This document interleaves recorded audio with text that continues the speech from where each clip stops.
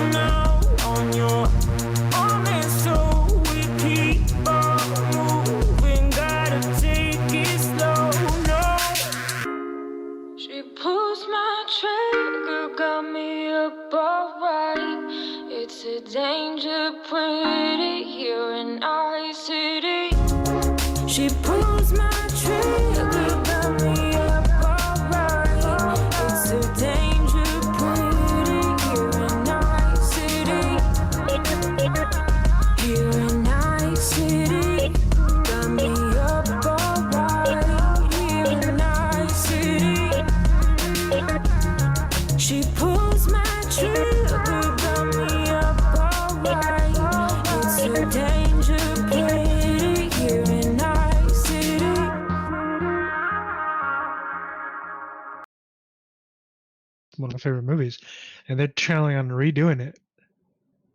How you doing? Why? What are we redoing?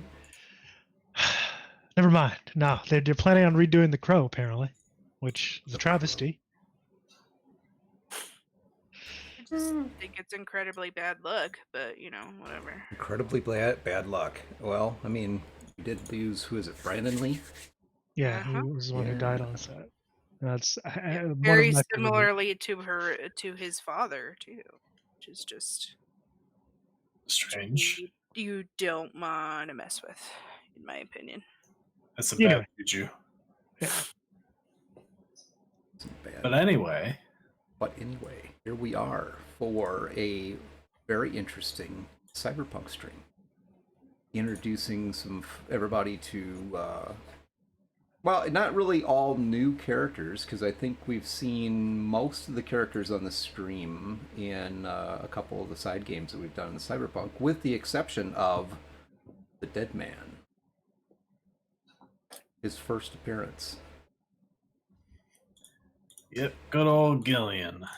Feisty old. He's a crotchety old bastard, that's for sure. Well, so, you know, real quick before we roll into anything, thank you guys for being here tonight. How is everybody?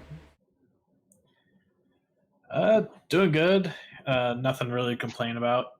Ate some good food for dinner and ready for some roleplay. Fantastic. Ready for spring break. Doing okay.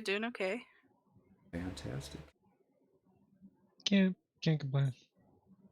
All right, so without... I kind of want to start by introducing Gillian, because why don't you tell us a little bit about the feisty old man there, Matt, and introduce yourself. All right, hi everyone. My name is Matt, and today I'm playing an old favorite of mine, a character named Gillian. He's a crotchety old bastard who, honestly, it's hard to describe him sometimes. Like his main mode is crotchety old bastard, but sometimes he he can act like a fool. I don't know how to describe the guy, but he's a ton of fun. He's a Fantastic. man of action. Ton of fun. Yeah, it depends on what side of that you're on, right? Can be fun to play, I imagine, though. Definitely. All right, so let's just roll right on. We'll go. Actually, let's go clockwise. Let's jump over to Yogi.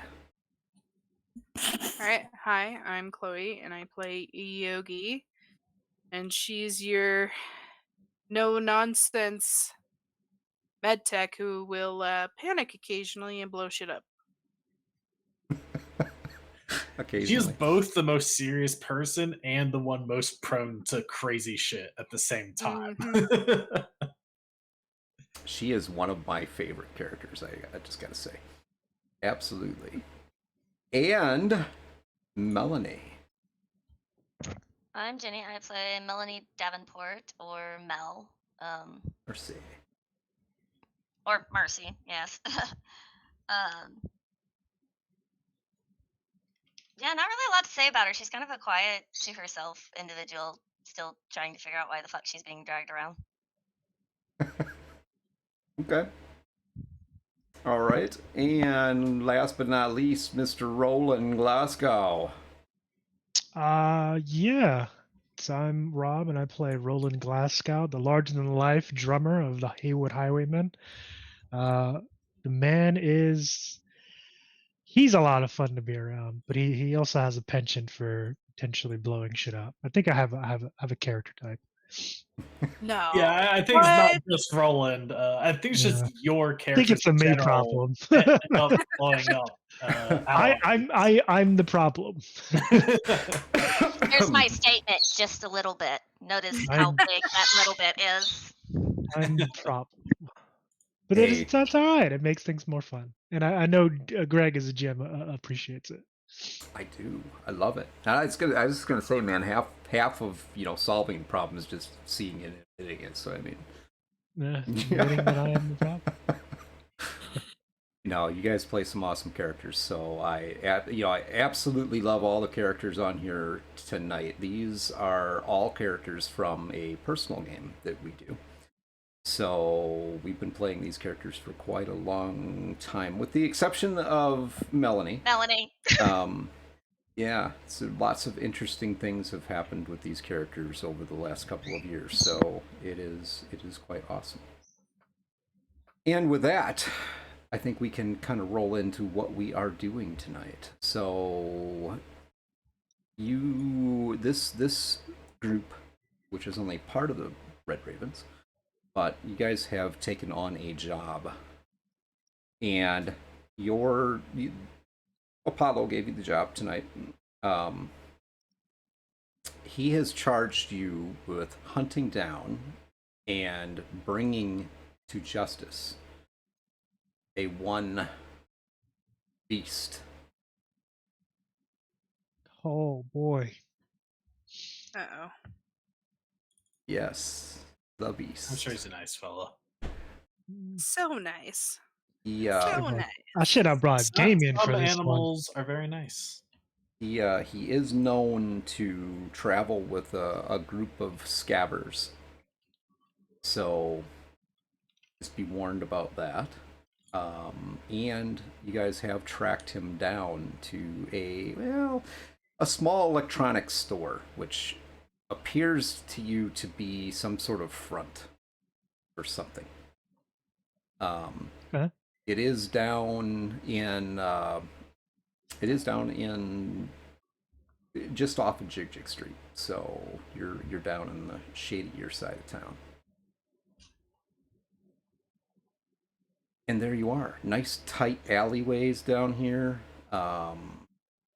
What is your approach? I'll leave that up to you guys, where you are in relationship to this nightclub.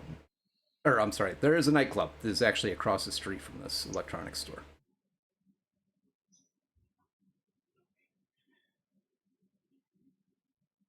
So when these, go ahead. Chloe.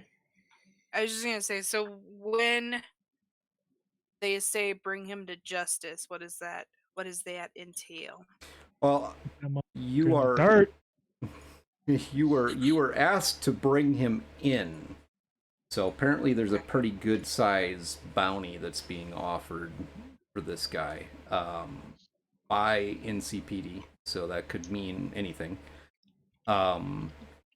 And dead or alive doesn't matter, but Apollo kind of expressed that he prefers alive because this guy might have some valuable information.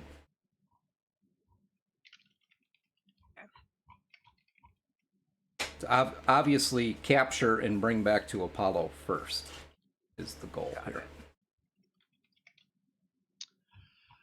Oh. Yeah, I know that's challenging for this group. Capture? What? Capture? Alive?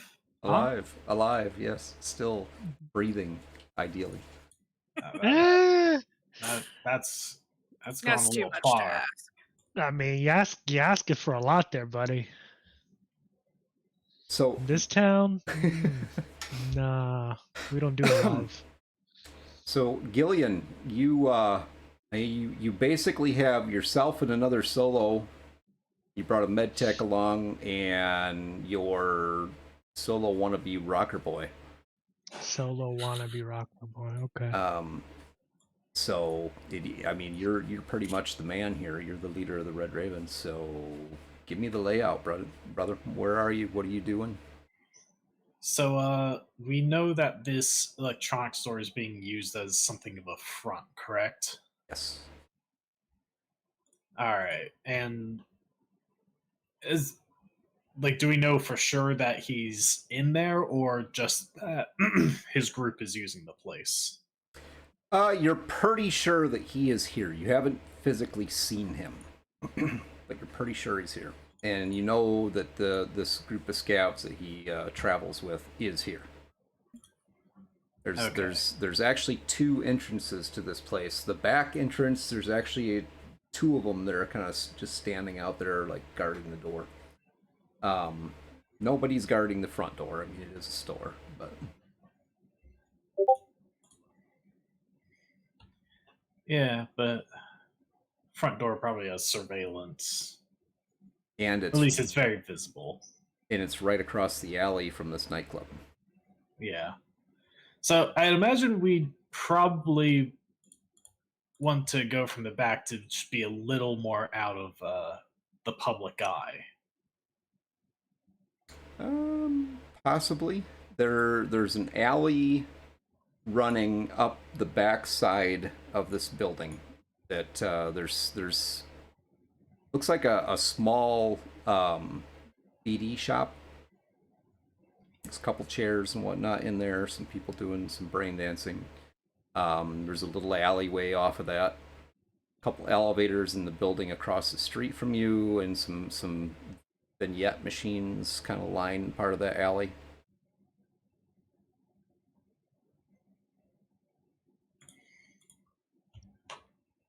Okay, so I think so I mean we've all got like I guess some comms going on. So I think the first plan is likely to try to scope the place out a bit before we like really try to get in there. All right, give some orders, man. All right. So, let's see. So over the comms, actually, I'd say this is like before they split up. Gillian is, God, you're putting this all on me right now. It's like, all right, here's the plan. Sticks, he says that looking at Roland. Mm-hmm. Yeah, we should have probably brought Damien along with us. Pretty sure you'd like a crack at this guy. You kidding me? He's tried taking on the beast twice and gotten his ass kicked twice. Did better than you. He survived fighting him one-on-one. Got his ass caught doing it. Listen, If I suffice to say, old man, you also lost a leg last time we came across the guy. and that wasn't the beast. That was someone else, and they're dead. Listen, all right. But enough about that shit. To the plan. Sticks, I want you walk up the front like you're a customer. See what you can to figure out. You're the best bullshitter out of each of us. So bullshit what you can and see what you can find out. He kind of looks down at himself, considering he has guns and shit on him. It's like, okay. So Any he of kind of those you can hide, like he strips down some of his gear. He keeps his pistol on him. Unfortunately, can't hide that, and a pair of brass knuckles. He's like, oh, I guess I'm going shopping, and he leaves his gear with the team. and then he looks over at Yogi. He's like, Yogi Bear, you want to keep an eye on him? Okay. Guess I'm on Team Roland tonight, I guess. Someone's got to keep him in line. And I can do that? When have you ever known me to be able to do that? I appreciate the effort you go to try.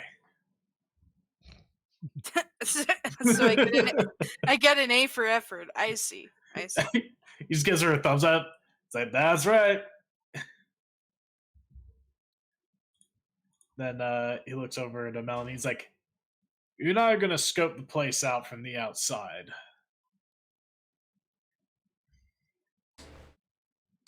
So you take west side over there. Kind of points like off to the left side of the building.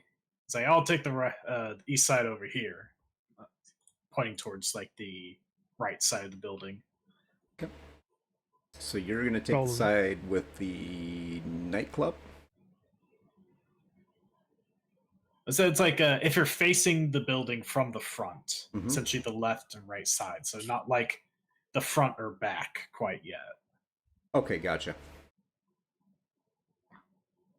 All right, so Roland and Yogi,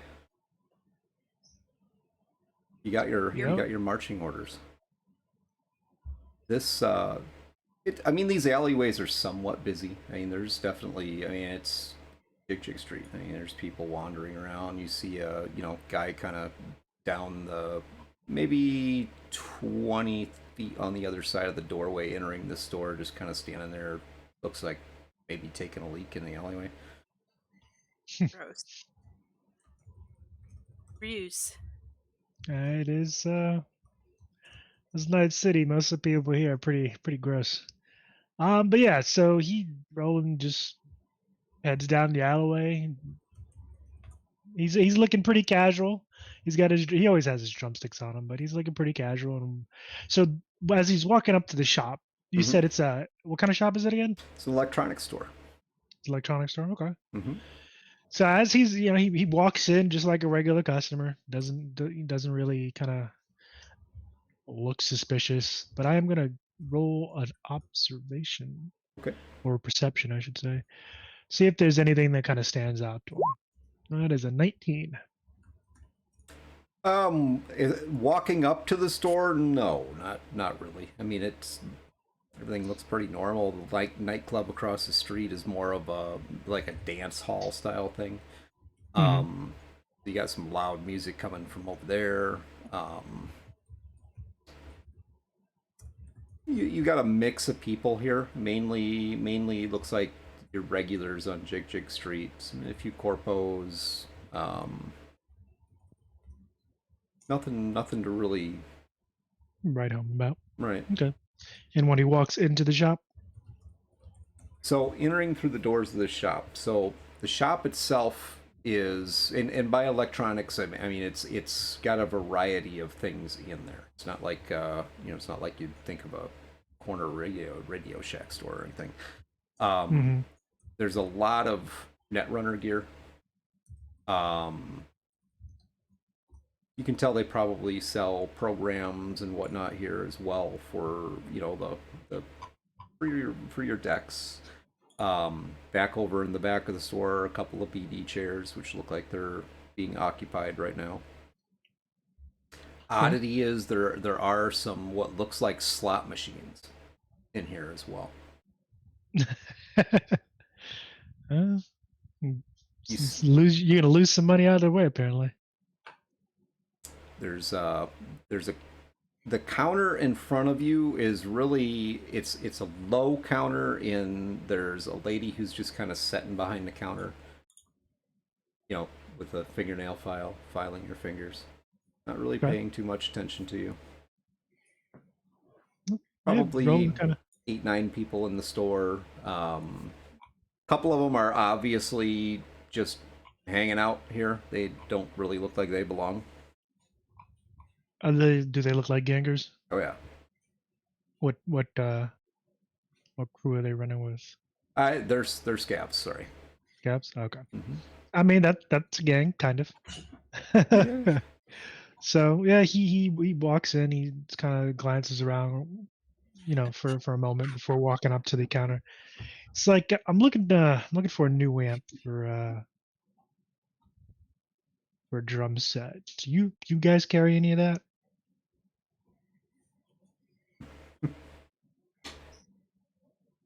She just kind of looks up at you lazily. Open, eyes are basically not open. Looks at you. Did she look high as balls? What do you want? An amp for drums. Do you carry that? Does it look like we carry that?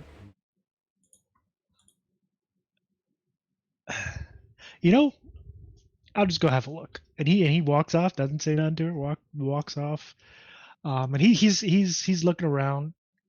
Actually, just for audience sake, he actually is looking for an amp right now. He was thinking about it as he walked in. He's like, I could use a new one. So maybe he's wandering in, seeing if they actually have one. But he is scoping the place out. All right, Yogi. Did you tag along with him like you were told to, or? Yeah, she's just following him around the store, basically keeping an eye on things, keeping an eye on the brain dancing people. All right, and this lady behind the counter kind of you catch part of that exchange between them, and she just kind of watches him walk away like, ugh. And she glances at you and kind of winks and goes back to filing her nails. Yogi kind of just squints at her, not really understanding the meaning of that wink. Stares a little bit too long, trying to figure out what that was about. And then just follows Roland around the store. Okay. She does actually look up at you like she's about to say something as you take off, and then she just kind of gives up on it and goes back to filing her nails. Mm. So, as you're looking around the store, Roland, there's no music equipment in here. There's no amps or anything like that. It's mainly all brain dance, visionware, net running gear. Mm-hmm. There's a little counter with agents and stuff like that you can browse through. Different apps you can put on your agent that you can purchase here. Okay. So he actually starts browsing the agent apps. Okay. They have quite a selection. There's a couple of there's a NCPD app on there that you can purchase. Allows you to get some information from the police department, basically alerts and stuff like that. There's a dating service app on there. There's food apps like the 2077 version of Uber. It's called Goober Eats. Uber Eats. Goober Eats. At least it's not Mr. Laos. So yeah, you just have a list of different apps that you can get for your phone or for your agent. There's a news network 54 live feed app you can get on there. Comes with a monthly subscription fee. He kind of browses through them. Okay. Is there something in particular that you're looking for in these apps?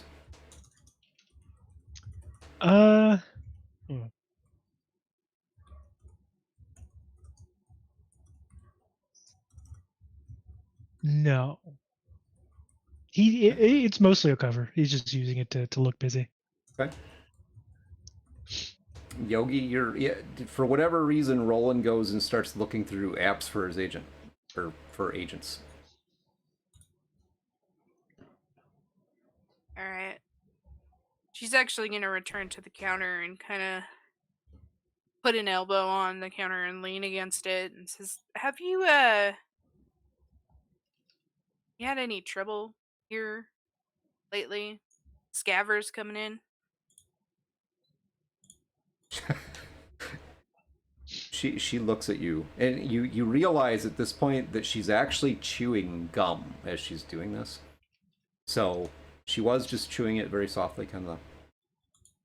And now you ask her that question, her eyes open up, and she looks at you, and she starts chewing the gum more vigorously.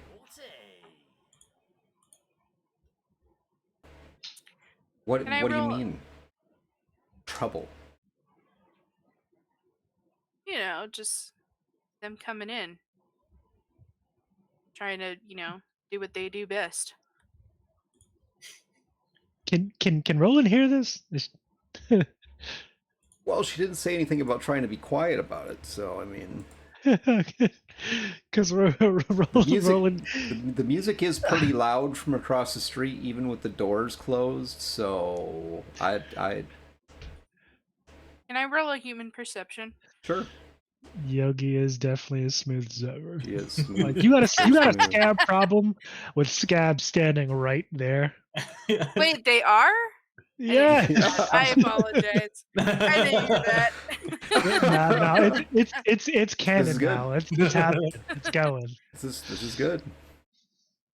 So yeah, she just kind of looks at you with this, chewing away on this gum like it's, a steak or something. Ooh, she puts the file down. She's like, "Look, are you here for something? Did you need something?"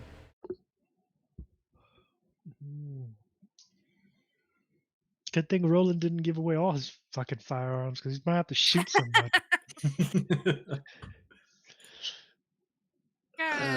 Looks around the store. You do see a couple. You see a couple of guys kind of coming towards the desk.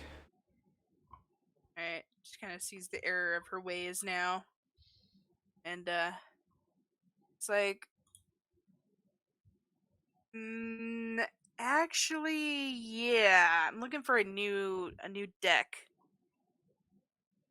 for net running. Do you have any recommendations? You're a net runner? Yeah. Okay. Isn't that obvious? And well, we have some pretty top of the line stuff. And anything in particular that you're looking for? Let me put it this way: what is your price range? Because I probably have it if you can afford it. Mid. I'm kind of just getting into the game, but I want something good to start out with that'll last a little longer. Just getting into the game? I don't know if that's a good idea. Then you probably don't want anything too expensive, I'm thinking. Yeah, that's why I said mid. Okay. How many slots?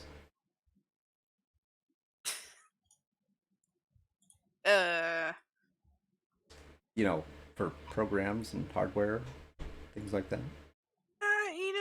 What would be a good starting number? How much? Eyes rolling and is like, how much do you want to spend? I already told you, mid. Well, mid doesn't $Mid. Mid doesn't really $1,000,000. How much she wants to spend. Just kind of Jesus. like motioning for Roland to come back over. I'm gonna roll perception to see if he actually Go for it. notices. It's a 13. That's up to you. No, man, you're busy. You're like looking through the maps hardcore with bated breath. You find some Oh things. boy. You find yeah. I think Infinity Core said you found the 2077 version of Pornhub. I don't know if that interests you or not. Yay! I mean, I'm pretty sure in 2077 that wouldn't be that hard to find, to be completely honest. But I'm sure Pornhub survived. yeah, oh, absolutely, no, Have you 100%. seen some of those ads? It most definitely survived. What are you talking about? It's like You're not wrong. it's like cable TV at this point. Y'all are outing yourselves super hard right now. No, talk about the ads That's in the why I'm game not saying 2077. anything. No. Okay, you guys have played the 2077 game. You've seen some of those ads that are like just That like is billboards, very, very posters all over the true. place. Those That's ads what I are- was referring to. Let's be real. Uh-huh. Those ads, those the 2077 advertising, they're pretty loud to say the least. Three mouths, one desire. I think that was the best right there. Wow. That one definitely does stick out. Yeah, Roland, he's just busy scrolling through apps, seeing what could be worth. There's a lot of crazy apps, man. There's a combat cab app. You can get that. That's a subscription fee, but it promises to come with like 2 free pickups a month. That's actually not bad. Yeah, good deal. You should get 1 or 2. No. He's got his own chauffeur. Oh, is that what we're calling our Otis? nomad Yes. friend again? Wow. Otis the chauffeur. I mean, that's what appreciate that. nomads are. They're personal taxis. All right, so let's see. All right, so I have just the thing for you. I think so. You want to get started in this, so you're gonna need some extra protection. Why don't you come over here with me? She gets up off her chair and starts walking towards the back of the store. Does it look like they're going behind like a door? Are you gonna follow her? Sure. Okay. Till there's a wall and a door involved. She walks. It's the counter space is maybe about 20 feet behind where she was at. So she walks back to this space and behind this counter, and she pulling some stuff out from underneath the counter. So, are you looking for something that's bigger, meatier, small and petite, kind of like you, or? Yeah, sure. Small and petite, discreet, all those good things. Okay. All right. So she fumbles around a little bit. She pulls out what looks like a black box. It's literally like that big. So, kind of about that thick. Kind of looks like it could be like a cosmetic case. Maybe a little big for a cosmetic case, but she sets that down on the desk. Or, well, it's a glass countertop. Sets that down, kind of opens it up, so it opens up like a laptop. Turns it around. She's like, so I think this is what you want. Okay. How much is it? Depends on if you just want a deck. You need cables. What are you planning to do?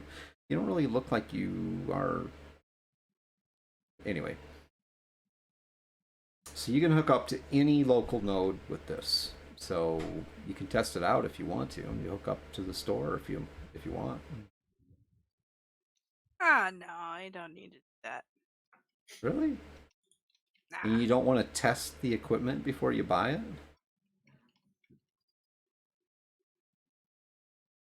She's kind of thinks for a minute. She's like, you'll go to another store.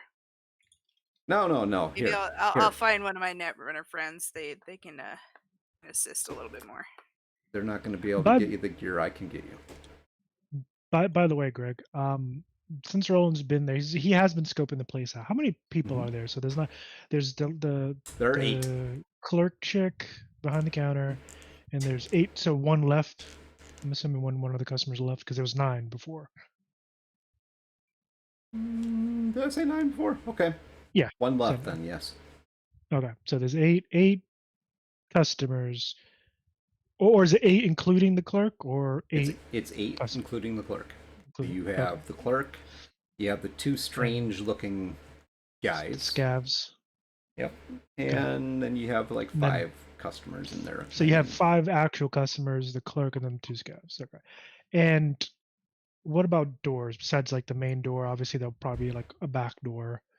Like what's the general layout as he's been kind of walking around? Yep. You see a side door, which you're assuming leads out into an alley. It's definitely an exterior door.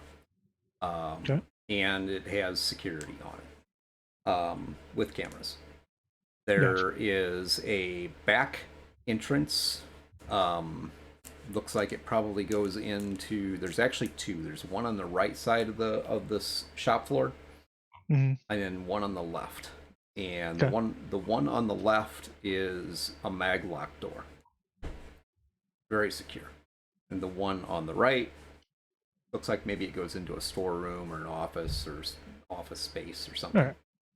So the one on the left has secure maglock. One on the right. So as he's in there, Roland's sending a message out to Gillian and Mercy, kind of describing the layout, the two exterior doors, the security system on the exterior doors, and the maglock on the left door of the floor. The clerk, the 2 scavs, and then like the 5 customers. All right, so Gillian, you get a message on your agent from Roland. Well, they both did, so yeah. Okay, He's both you making get sure it. everybody's aware. Getting the basic layout of inside this store, according to Roland, and there's specific emphasis on the agent programs that are available. He just kind of like raises a brow at that point about the essentially the mobile apps. He just kind of shrugs himself. It's like, whatever floats his boat.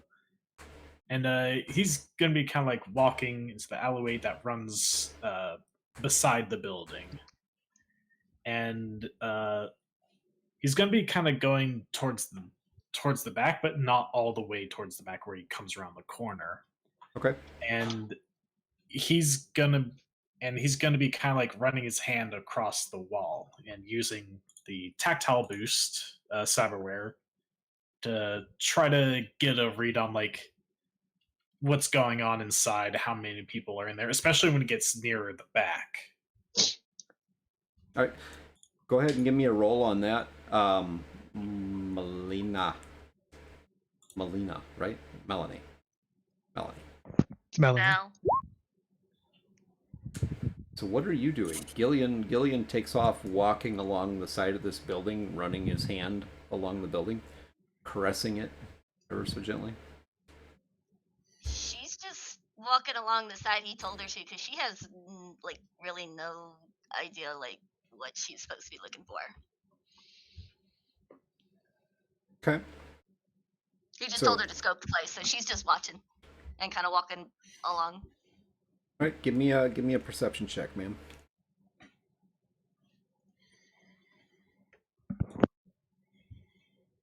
Yeah, I got a 21 for my roll, by the way. Gotcha. 13. All right. So, Gillian, you first. Using your tactile boost, you definitely can get a bead on what Roland was saying. You can sense the movement. You can tell there's probably 10 people in the room on the other side of this wall. That would be including Roland and Yogi. It's like the main storefront part. Yep. It's That it's a little hard to be for sure because the music from across the alleyway is like making the wall vibrate. okay, and like to get a read on the kind some of the rooms in the back, you'd have to, I guess, go a little further along. Yep, or possibly even go in the store. Okay. Up to you. You want to walk around to the back of the building, see if you can. As he kind of like nears the corner, he's gonna peek around because I think before you said there were like two guys out there. He's just gonna Yep. see if those folks are still out there. Yep, they're standing out there. Well, one of them's standing there. Looks like he's smoking something. The other one's kind of kneeling, down on his haunches, and he's got literally has a stick that he's pushing something around in the street or on the pavement. Okay. Gun's gonna pull out a cigar. He's gonna light it, and he's gonna round the corner as he's kind of lighting it, and just sort of like lean his back against the wall, kind of like as if he's just loitering.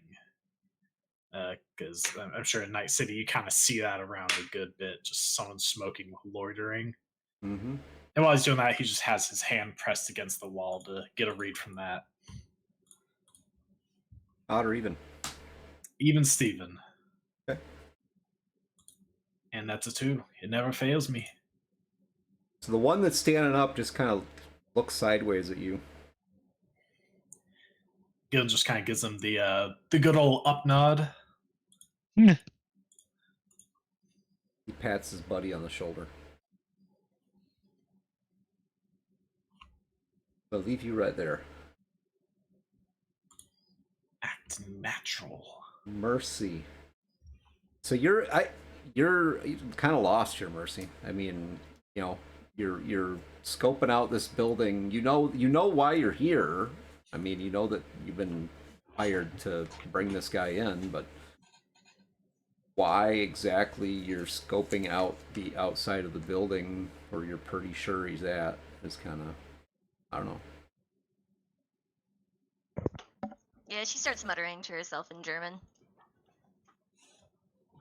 Okay. As I'm assuming you're just walking along the building like you're instructed to? Yep. The opposite direction of what Gillian went? Yep. Okay. Nothing in particular. You're getting kind of down towards the area where the gentleman was relieving himself at this point. So you have that smell of urine around you now, and garbage in the alleyway, and obviously it's Night City.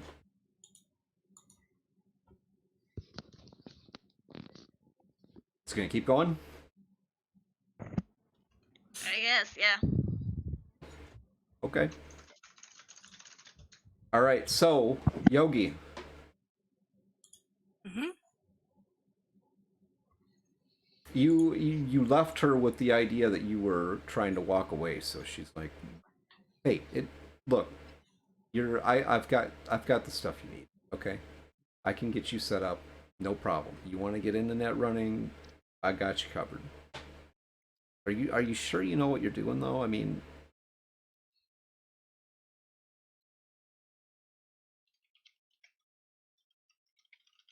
She kind of clears her throat and says, "No, I don't know what I'm doing. This was a mistake. Get this thought in your head, and then you kind of want to act on it as soon as possible. And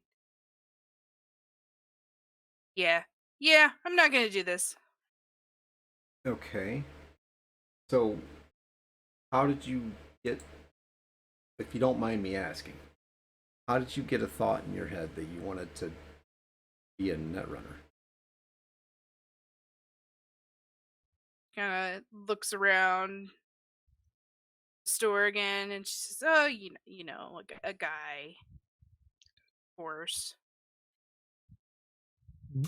Let me You know how guess. it is." Let me guess. A voodoo boy.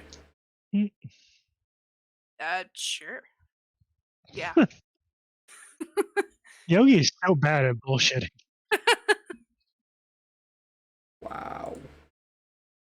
All right. I get it.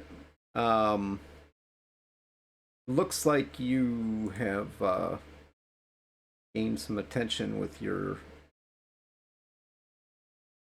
earlier comments, so I think you should probably buy something.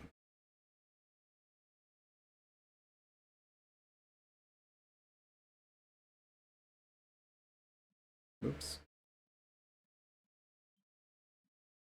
Anyway, yeah, I'll take. She kind of looks around the counter and she picks up something random and says, "I'll take this." Okay. She said, "Just follow me back up to the front, and I will get you taken care of." All right. Do All right. you have cred stick or cash or? Yeah, I got the Eddies. Okay. All right. She takes you back up to the front there, types some things in on the terminal that's there. She's like, "All right, that'll be 150 eddies." Yogi kind of pauses for a minute and just says, "Really? This? Okay." And she hands over the Eddies. Kind of looks a little disappointed in herself. Okay. Thank you. Please come again. Thanks. And she walks back over to Roland and kind of smacks him on the arm and says, "I thought you were supposed to do the talking, man." Quietly. Well, you took over, so I figured, let her run with it. See how it goes. Yeah, it didn't go well. No shit. Thanks So, for your undivided confidence in me. Thank you. so as you guys are having your little exchange, these two scabbers walk up by you. They actually smell a little bit. You can tell they haven't had a bath, shower, in probably a few days. Typical fucking scabs. They walk up, flanking both of you, and one of them starts talking to you, Roland. He's like, "So, what you looking for?"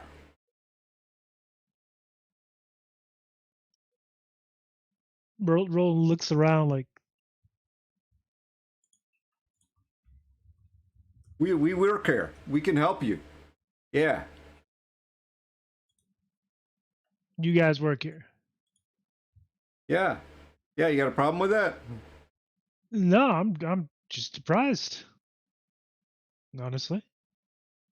Yeah. Okay, cool. So, well, I'm looking for an amp for some instruments. I mean, I haven't seen one on the floor. Do you guys have some in the back? Can we? He starts walking and talking. It's like, we can go in the back. He sees the maglock on the left hand door, so he moves over to the right side, and he's literally walking in through the fucking storage door, just walking around. So you guys have any back here? They just stand there and look at each other for a minute, and they're like, and what? You want an amp? Yeah. I mean, this is an electronics store, right? Again, I didn't see it on the floor, so maybe you guys have. He literally continues walking into the storage space. Okay, that door, the door is shut and locked. I mean, it's locked. Okay. Yeah. Well, then that's what I was trying to get at. It is locked, and all right. It's shut. You go up and I try to go back there. I mean, yeah. So I mean, you guys want to? You work here, right? Whoa! You can't go back there. No. Well, can you go back there and check for me if you guys have any amps? That's what I'm here for. You guys said you work here. The other one speaks up. No, we can't go. And the guy you were talking to shoos him. He's like, shh. No, we won't have any amps. We don't have any amps. Okay. So Roland walks back over to where he was and promptly ignores them. I might have something for you though. Not in here. It's outside. Just come on. I got you, Namp. Wait a minute. What do you mean it's outside? The Outside. store It's in my truck. I got you, Namp. I used to play in a band. I say you mine. Really? What do you used to play? Harmonica. Harmonic. You All need right. an amp. You need an amp for a harmonica for sure. I you know what? I respect it. Cyberharmonica. Harmonica, man. It's my pal here played the xylophone. yeah. Look at that. Some conventional retro instruments. I like it. Okay. Cool. So so where's your Just truck? around back. Come on, I'll Around show there? you. Okay. So Roland exits out the alley, the side alley door. I'm assuming. That's not the direction they're going. They're headed towards the front door, but Oh, okay. unless you want to go that way, I mean, you can go try. And He exit heads through. that way anyway. He's really not paying attention to these assholes. Obviously, he's kind of Okay. clued into what's going It's on. got So he exits out. it's got a fire bar on it. Oh, That's does it? not a. It doesn't have a door handle or anything. It's one of those you can open it from the inside, but it definitely says alarm on there, really big. Oh, okay. So he kind of stops. He's like, huh. Well. Would he be the type to? He would. He actually would. Let's be honest, he would. So yeah, he just pushes the door open and he walks out. All right, I'm gonna stop you right there. So, Gillian. Yep. All right, man. You give this guy the nod. Him and his buddy kind of. The other guy kind of stands up now.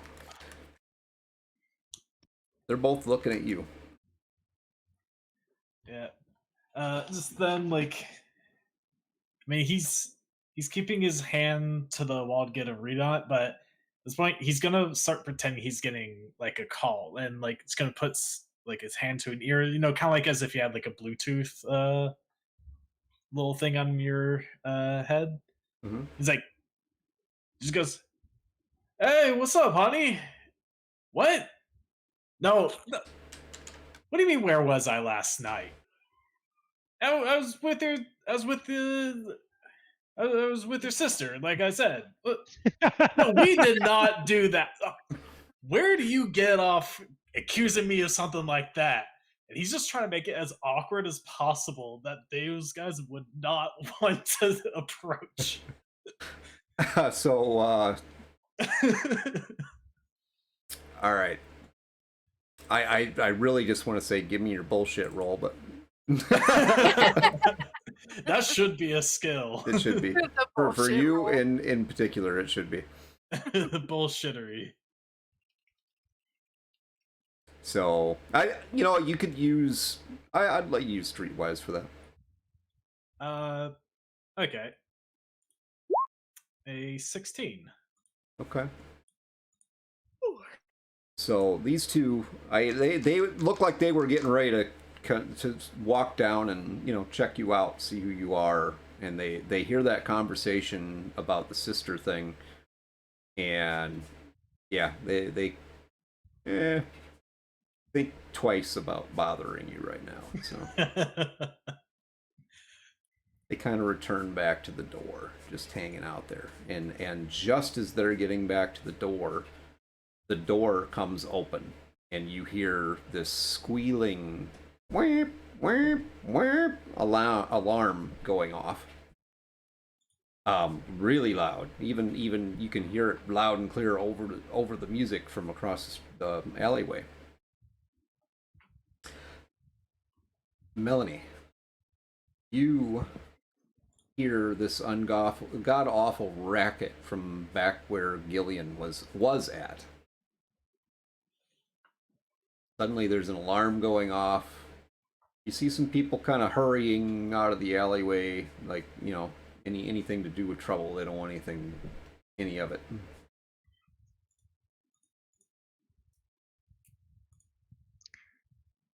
She's just gonna mutter under her breath, "How the fuck did I get involved with this bullcrap?" and head towards the alarm.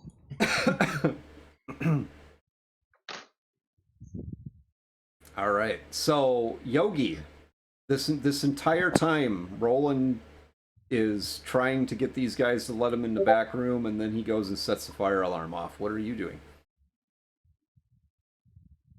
She kind of follows Roland and looks over at the cleric and says, "Sorry, he's illiterate." Fucking rude, man. Do Fucking something rude. dumb, you get called dumb. She Fucking rude. literally, as you go by her, she looks at you with this almost look of terror on her face, and kneels down and starts climbing under her desk. Oh boy. So she's actually gonna grab onto Roland's sleeve before he enters the alleyway completely. Kind of stop him. Okay, give me a perception check, quick. Perception. Not social. Ah. Hold on.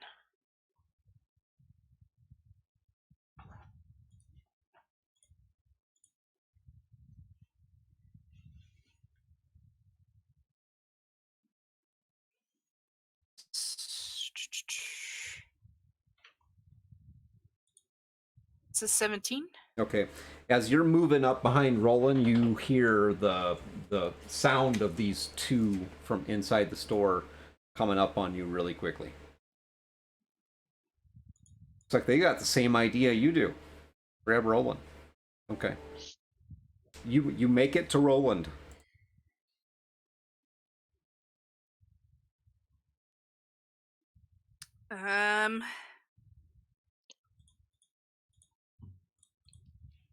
She's still gonna reach out, grab his sleeve, and be like, "Dude, you can't go that way.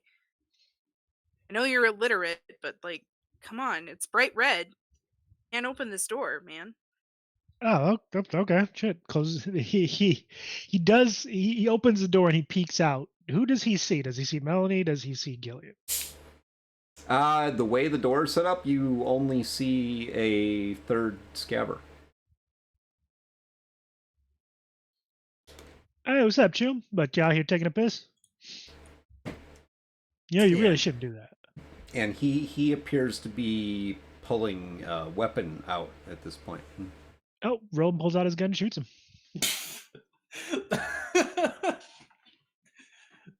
Wow. Okay.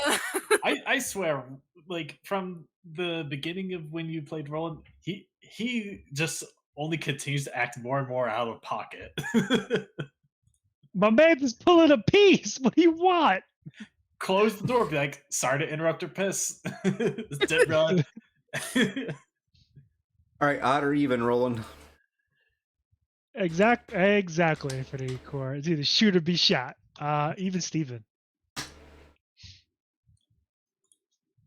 Nope. And that's an odd. All right, so He got obliterated. give me an evasion roll. And he did. He's gone. Wow, what is going on with his... I'm back. Welcome back. So, you got back just in time to give me an evasion roll. Okay. So you and Oh, no. you and this guy pull out pistols at the same time, but he gets his shot off first. That's fine. That man's got the fastest draw in the West. That is an 18. Quick draw, What's that McGraw. Yogi's right behind him. Does that mean she has to roll an evasion now? Depends on the angle. It's a door. Ooh.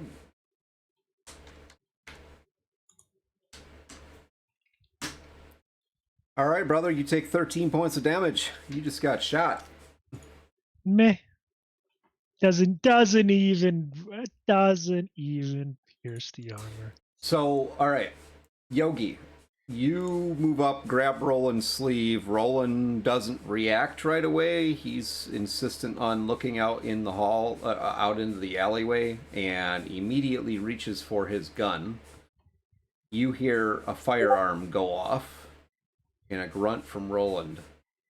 Gillian, you see that door. Whoa! I don't get. I don't get a return shot. Hold on. Patience. Gillian, you see the door come flying open where these guys just returned to. You don't actually see this guy pull a weapon, but you hear the shot go off from that direction. So, Mercy, first it was alarms going off, which that's still going off. You still got that mer, mer sound going on. People are now running out of the alleyway as you hear a gunshot go off. Roland. Yeah, she's just. I'm going to jump back and let him react quick, and then I'll roll back around. Roland, go ahead, buddy. Oh yeah, he's gonna plug him. Fuck out of here! You ain't shoot him. Give me a roll. That's a 20. All right, so you shoot him. And that's my second attack. That's a 24. 16 damage. Because fuck you. That's why. Ow. So you shoot him twice, and it just stuns him. He's like, "You shot me." Yeah, dumbass, you shot me first. All right. Melanie. Yeah. They are. There's 3 shots so far. Yeah, 3 shots so far. You heard the first gunshot go off, and like not even a tenth of a second later, you hear 2 more shots go off. So in German, all she says is, "I should have got back in my car and fucking drove away." And she'll go to head around the corner to see what fucking trouble they're in. Yeah, these guys do tend to just shoot everything. I mean, Oh, she's honestly wishing she just got back in the fucking car and drove off. All right. So are you? I'd like to state that I was not the first one to shoot. Thank you very much. You did Yes, for you like. are! I mean, you weren't the first to shoot, but you did just open that door you clearly weren't supposed to. Who cares? And these guys do, apparently. They're here to do a job, so who gives a shit? But optics, Roland was not the first one to shoot. Thank you very much. It's strange how often this argument comes up with Roland. I didn't start it. I'm gonna fucking finish it. We're getting finished.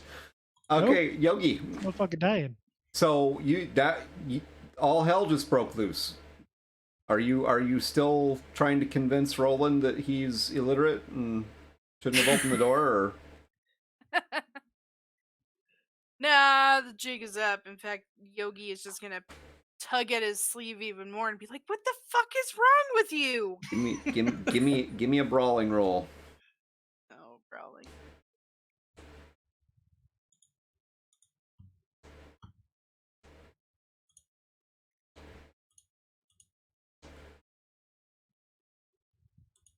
$17. All right. So, Roland, are you going to resist being pulled back or not?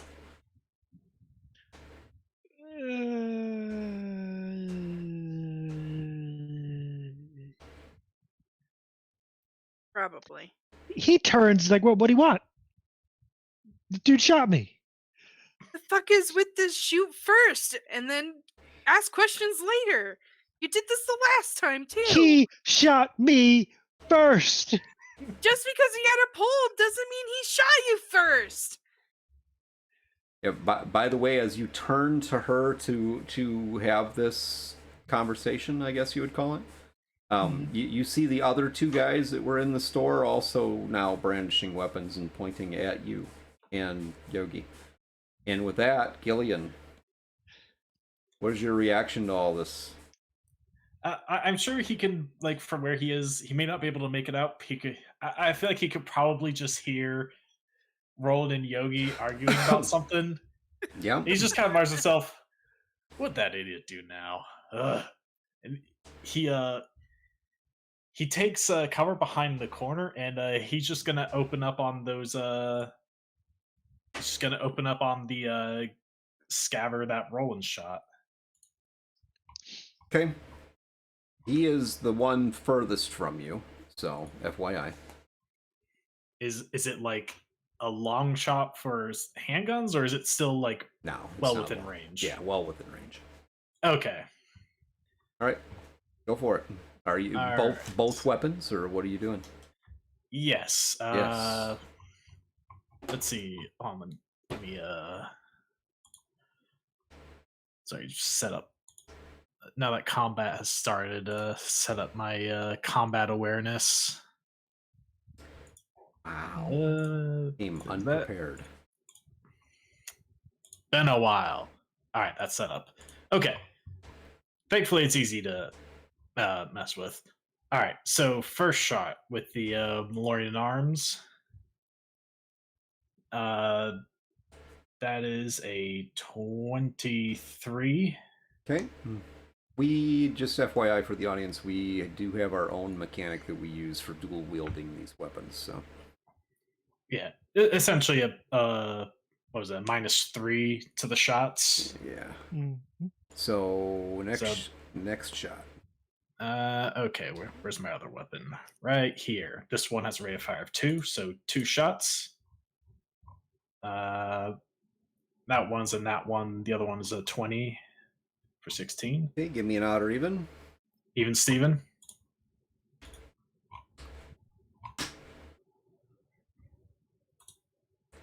That is an odd. So that third shot does not go off your gun jams.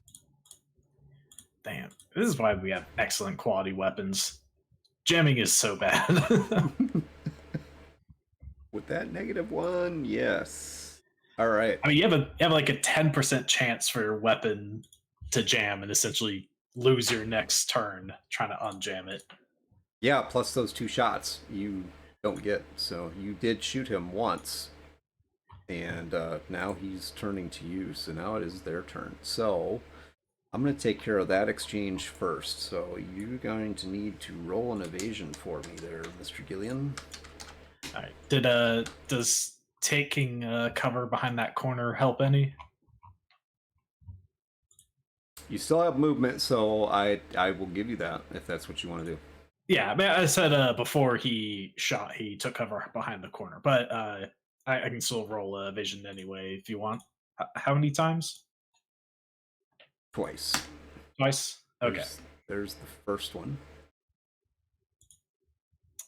21. Against the 22. I will let you use your luck. You don't have to predetermine that for this. Yeah, I mean, I'll spend 1 luck to evade that shot. Definitely raspberry.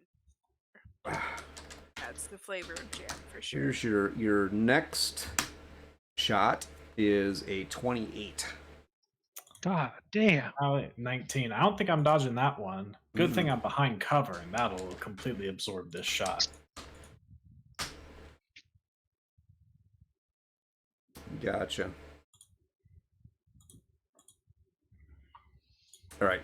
So the typical piece with the cover is you need to tell me you're going to go behind cover. In telling me before you make your attack that you're going to get behind cover and then make the attack means to me that you're not behind cover anymore, because you can't be behind cover and make the attack. Yeah. Okay, so I need to say cover after attacking? Yes. Yes. Okay. Well, that was okay. Okay. Yeah, just typically- just so it's clear, but that's why I was willing to back that up and say no problem. But... Okay. Unlike D&D, Cyberpunk Red does not do like half and 3/4 cover. It's either you're in cover and you're not, and if you're not in cover, or rather, if you can take an attack, you're not in cover, and if you're not in cover, you can get shot. Hey, and your cover has a stopping power, so I mean, Yes. once that stopping power is done, then it's worthless. because it's not covered anymore. It's essentially just like some hit points that you're hiding behind. So, Melanie, you see Gillian come dodging around that corner, pop off he gets one shot. Actually, you know what, Matt, why don't you just describe what that looks like to your gun jamming and all that nonsense? What does that look like? So, he pulls out 2 guns and he starts firing, and then there's like 2 shots, one from each gun, and then he tries to shoot one of the others a second time, and you just hear the like click. It goes, God damn! Every time with this thing, piece of junk.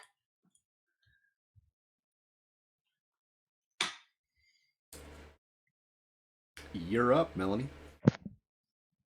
She can see the guy that he shot at. No, he's shooting at somebody the opposite direction, up the alley, running off the one that you're on. Can't see who he's shooting at. You just know he's trying to shoot at somebody. She'll move around to try to see if she can catch the person. And take a shot at him if she's able to. Okay, so you're gonna go out past Gillian into the alleyway? Yep. Alright. So go ahead and give me an attack roll. As you come around that corner, you see 2 people. One looks like he's been shot already. He's not like badly injured or anything, but he's a little stunned. This door is just about closed that they're standing by. Just go ahead and roll your attack. 23 for 12 damage. All right. You hit. Is that a single shot weapon? Yeah, single shot assault. Okay. And you weren't doing auto fire, so. Nope. Okay, so you hit him. Is that it? You got enough movement left that you could probably dodge back behind the cover as well that Gillian's behind. Or you could just stand behind Gillian, then you've got his cover and him for cover. That's actually exactly what she's gonna do. She's like, if y'all fuckers gonna draw me into this, I'm just gonna use you to cover me. Meat shields do exist. That is an actual mechanic, using a person as cover. All right. Now we go inside. And Roland and Yogi, I'm going to have both of you roll evasion. How many times? Just once. Ooh. That was not good for me. Greg's really out here rolling them nat 10s like they're nothing. So 29 is what you're up against. 29 is the one I'm up against, huh? Mm-hmm. Minus. Let's see. And I'll give you a hint. There's your hint. Oh, God. It's always auto fire that you roll those nat 10s on.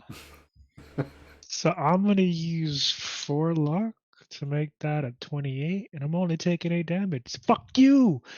And whoever this guy is, he's about to die a very grisly fucking death.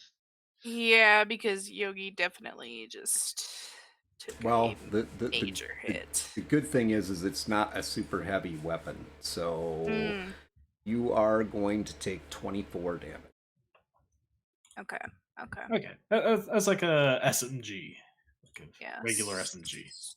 How much damage? 24? 24, yep. Okay. That's And not so. Hey, these guys didn't have like an assault rifle, stuffed under their jacket inside the store, so. That's not so bad. That's not so. Could be. We could do that. Except I accidentally adjusted my hit points and now I don't know what my original was. Uh-oh. I think it was 40 something, so I'll just go with 40. But that means I am down to... Remember, take your SP off of that. Yeah. Okay. Down to 30. Just 30, because it's 10. That was the first one. Now the other one is also going to open fire on the two of you. Roll evasion. Make a 20. Yeah.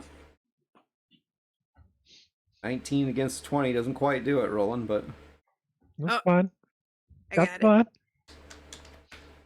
Even if he's trying to auto farm, he only gets to 9 doesn't even damage. penetrate the armor. Wow, he Get is better cocky. fucking weapons, Just assholes. cocky tonight, isn't he? All right. See, that's what he's saying until they roll double 6 on the 2d6. Then you lose a hand again. Then Or I a was leg. yeah. All right, so now I'm going to have you guys roll me an initiative so I can establish an actual turn order here. So Okay. Jesus Christ. Damn. Oh, Yogi with the Yogi, nat ones. Yogi might not be making it out tonight, guys. Don't want that. She's the med tech, man. yeah. Of all the people we got to keep alive, it's the med tech. It's definitely the med tech. Especially because if anybody else drops below 1 hit point, she can throw you in the cryo tank. Cryo pump. And save your ass, essentially. Holy crap, you really did not go well on that, did you? No, I didn't. You trying to get me killed, Greg? Jeez. Yeah, Oh, he's always trying. Wow. That's not true. It mostly is. It mostly is. Got it. Okay. Mercy, you're up. So you're gonna step outside of cover and try to attack the same guy again? Go for it. Give me a roll. Make it a big roll. God Ooh, damn. that is a big roll. That is a. That's All 27. right. So Not roll. great 27. damage. That sucks. Actually, 17 is pretty solid damage. For 5d6, yeah, that's good. It shows up with the red just because one of those dice was a 1, but like the other Right. rolls were pretty good. Okay. Pretty I solid, see. yeah. All right. That's a solid hit. So you peg this guy again. Fortunately, they don't have super heavy armor on, so he is hurting at this point. Your shot actually knocks him down, so like plants him on his ass. Good. Anything else you're doing? She'll step back into cover. Okay. And you are up, Roland. Yeah, we're only going to shoot him again. Now he's on the ground. Well, that's outside in the alley. Door's shut now unless you want to open it again.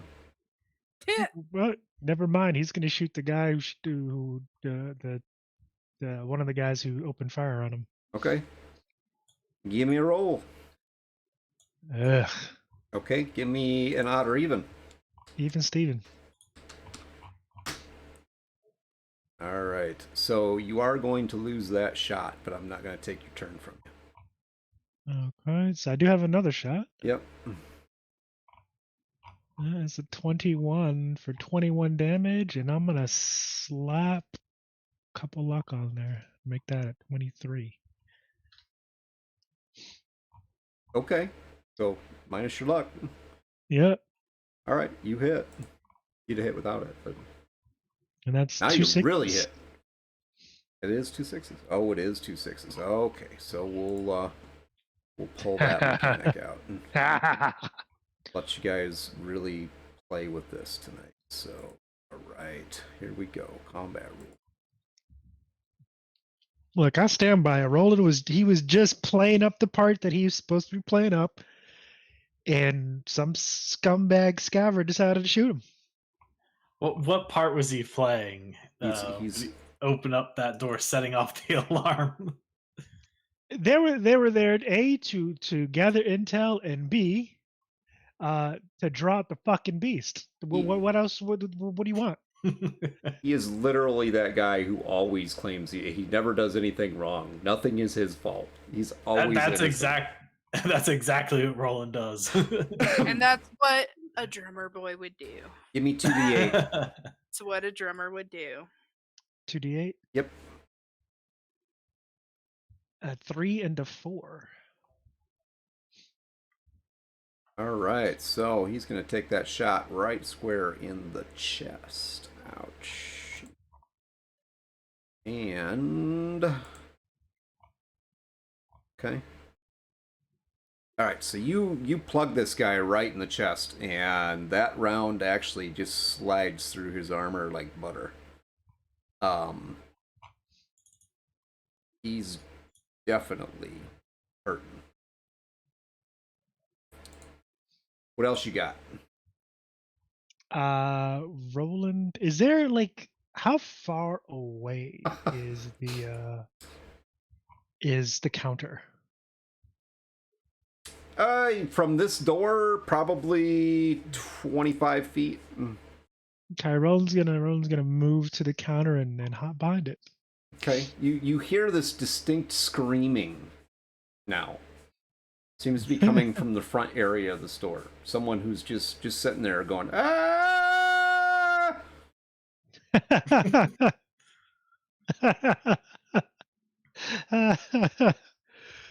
All right, Yogi, you're up. All right.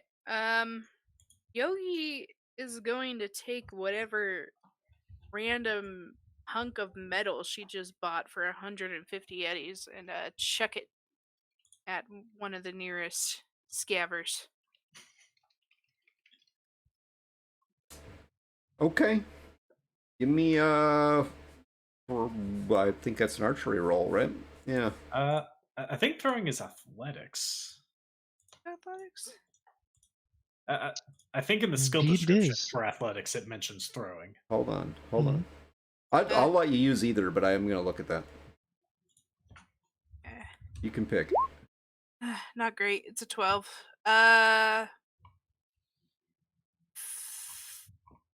Fuck it. We'll use 6 luck and make that an 18. Just blew all my luck in one roll. That's fine. Okay. Just a second.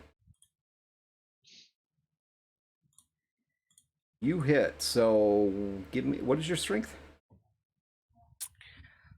Strength or body? Oh yeah, your body, I'm sorry. Body is a 6. Alright, so give me a 3d6 roll. Actually, 2d6, sorry.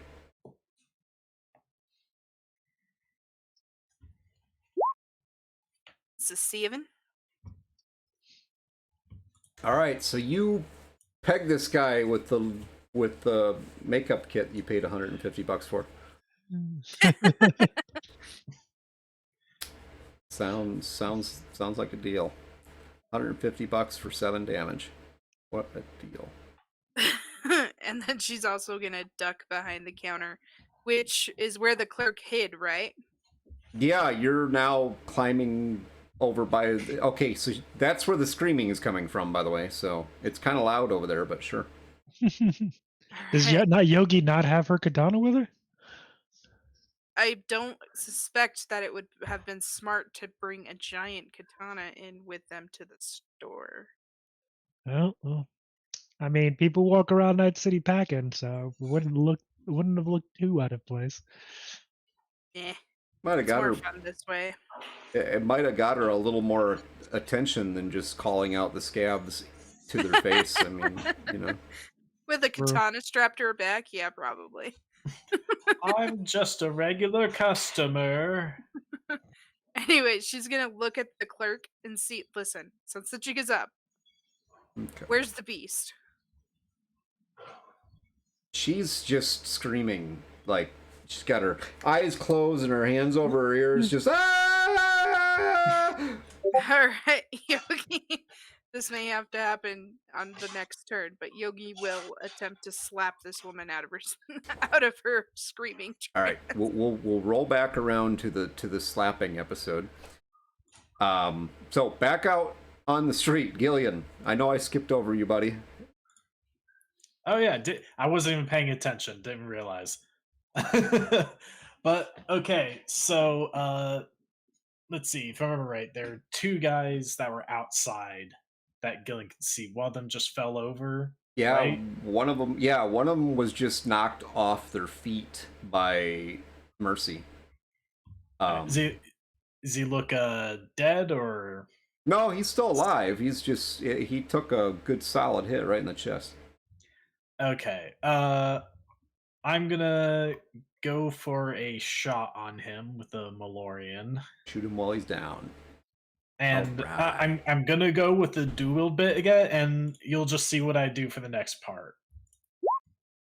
God damn! That guy's dead. Oh my god, that's a lot of damage. Okay, so that's a 28 for 26 damage. Alright, so you get to tell us what that looks like, because yeah, he is dead. So Alright, so I guess the guy got blown backwards some, and he hits the ground hard. And old Gillen kick him while he's down. McGee over here just zeroes in on him, pulls the trigger, and I mean the man's brains just splatter on the pavement. we are Gillen is very good at kicking a guy while he's down. we are seriously going to have to tell the nun story before the end of the night. And then since his gun is jammed, his other gun's jammed, and he's very frustrated with it right now. He's gonna fucking chuck that thing at the other guy as hard as he can. Oh my god! Okay. Throwing shit. Give me a roll. I'm gonna go for an athletics roll here. That's 21. If I'm applying the dual wield bonus here, that's an 18. And I'm gonna spend, say, because I do want this to work just for the funnies, I'll spend a couple luck to bring that to a 22. Okay. And I am gonna manually roll this one. Don't you roll no nat 10. This would be really funny if it hits. Don't you kill comedy here.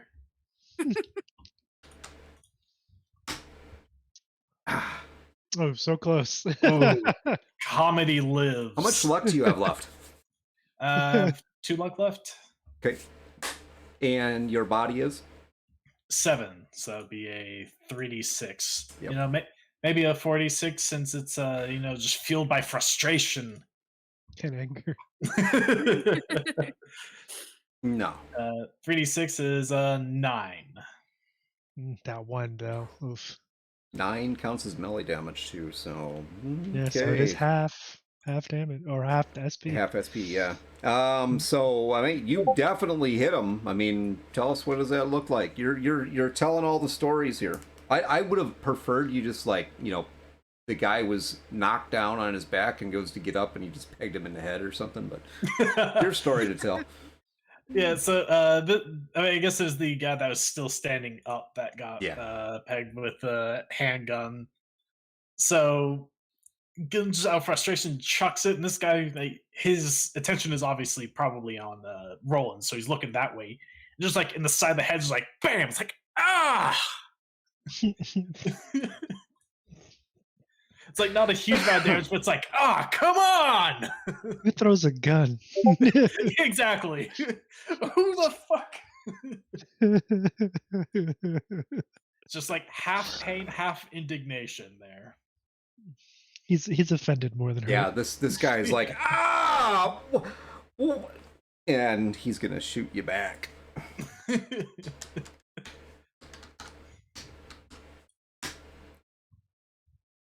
Roll me an evasion, sir. Alright. 24.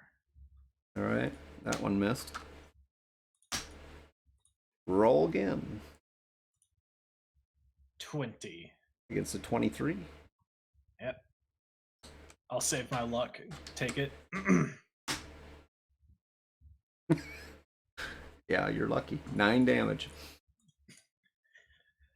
Wow. So Bullets bullet bounce hits him and off just of this bounces guy. off his armor. He looks at the guy and goes, guess we both got a piece of junk, huh? Fuck you, buddy. Fuck you. All right, back inside the building. We are now down 1 bad guy. So, okay, back inside the building. Roland, the dude that you just hammered here. Ooh, okay, so the guy you just shot, he runs around the counter and kneels down you win. You win. I give up. The other guy watches him and he's like, what the? And he is going to open fire on you. On his buddy or No, on you. Oh, okay. I was about to say that's kind of fucked up. It's one of those classic evil organizations where they just kill their own people all the Roll, time. roll evasion. All right, rolling evasion. I am also behind the counter, so does that count as cover? These are all glass counters, buddy. So I mean, you are behind the counter, but it's not going to count for much. Odd or even if it's bulletproof glass. it might actually hurt worse. See, because it's all glass. So it's anti-cover. Means All things right. worse. Evasion is a 19. Okay. Well, yeah, we're gonna have to take that one. All right. You don't have any luck left, right? No, I'm out of luck. Ooh.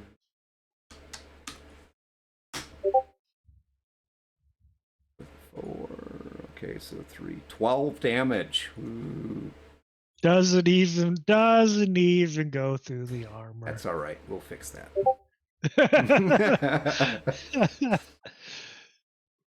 All right, so that's their turn. So that would be the end of round 2. And we are back to the top. So, Mercy. Yep. Gillian just threw a perfectly good weapon at someone. Did you skip me? No, I'll be back. I'll be back to you. Hold on. He skipped Gillian last turn and then Yeah. went to your turn. Since you two were both inside, I skipped over Gillian and let you go, and then came back outside and had Mercy and Gillian. Got it. So Marcy's- Gillian just shot one of these guys, like the one that you knocked down. He's like a kill stealer or something. I don't know. Just pegs him, and then the other one he threw his weapon at. Like I don't know. So, sure? well, You sure you want to hang with these people? while he's Hey, too bad. distracted, she's actually going to drop her auto rifle and let her rippers out and go after said guy that he just got pegged in the head with the pistol.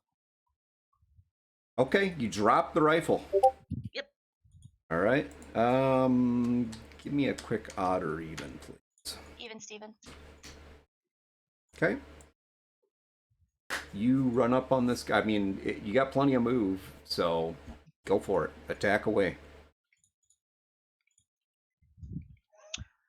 That's a 29 for the first one and a 23 for the second one. Ooh, nice rolls. Okay. All right. Tell us what that looks like. 2 down. So while he's focused on, being dizzy and a little disoriented from getting pegged in the head, she's like, you know what? Fuck this shit. And she just charges towards him, and rippers come out. One slice across the throat, one slice across the stomach. And I mean, she's digging him in deep and just watches the guy drop. She's like dressing a deer or something here. Huh? All right. 2 down. Graphic and gruesome. I like that. Good.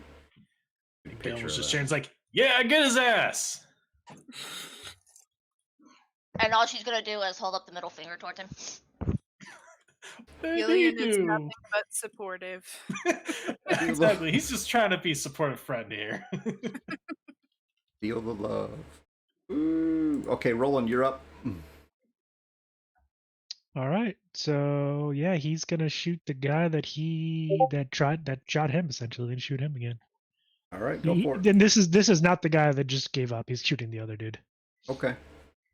Sure you're not feeling your inner Gillian today? Not yet. So quick question though: did the guy that surrendered, did he throw down his weapon? No. You kidding me? Those things are expensive. You don't throw them down or throw them at people. I mean, jeez. Who does that? Well, he's gonna shoot the guy that shot him. All right. So that's 18 for 14 damage. All right, that hits. and 23 for 13 damage. Damn. I need to make these guys a little bit tougher, maybe. Okay. So what does that look like? Is he a paint Yeah, I spatter on the mean, wall now, or what? is he dead? He is done. That's stick a fork in him. Yeah, Roland kind of, ironically enough, even though the counter is glass and he can shoot through it, he stands up and puts 2 in the guy's chest. The guy just kind of like shakes as the rounds hit him. He kind of stands there for a moment, like stunned, and then he just kind of keels over. Okay. And he looks down at the guy that gave up. He's like, "You might want to get the fuck out of here while you still can, and don't let me see you again."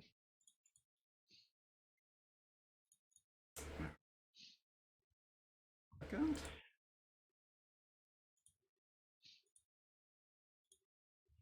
Whatever reason. Sorry. In here. There we go. All right. Next up.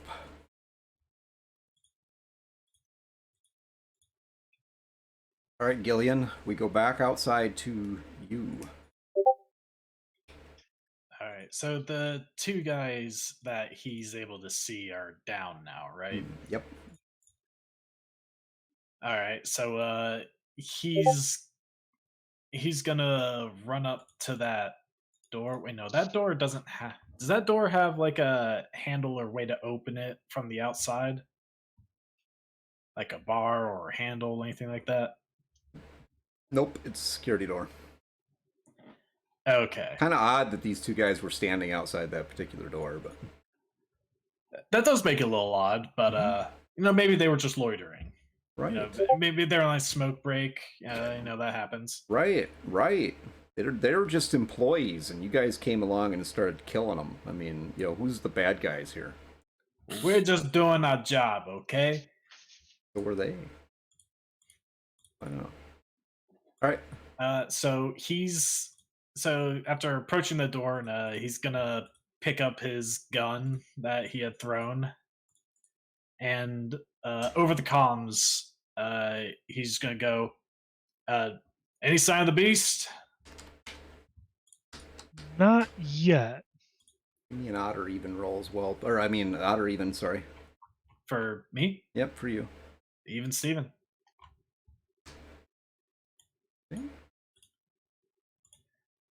And he's like, we ain't killed all of them yet, have we? We killed most of them. Try to keep one alive. See if we can get where the beast is out of him. Well, we got the clerk alive. I'm pretty sure she knows where the fuck he's at. All right, you able to open this door up? And he kind of knocks against the back one. Roland kind of walks behind the counter, from behind the counter head, and kicks the door open. Okay. All right. Alarm's going off again.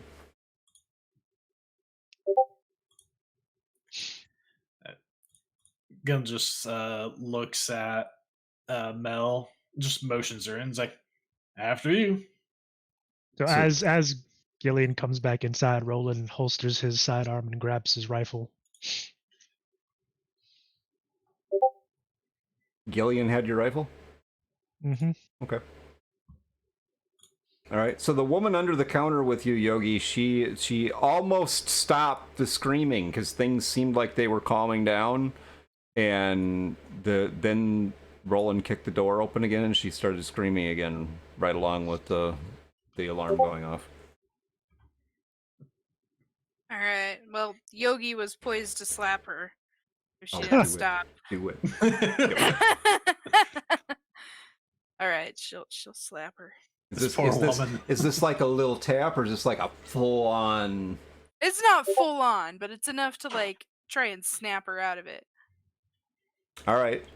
So you give her a slap, and I am going to, let's see. You know what, we'll just do this way. Odd or even? Odd to odd. Nope. Yeah, you give her a slap, and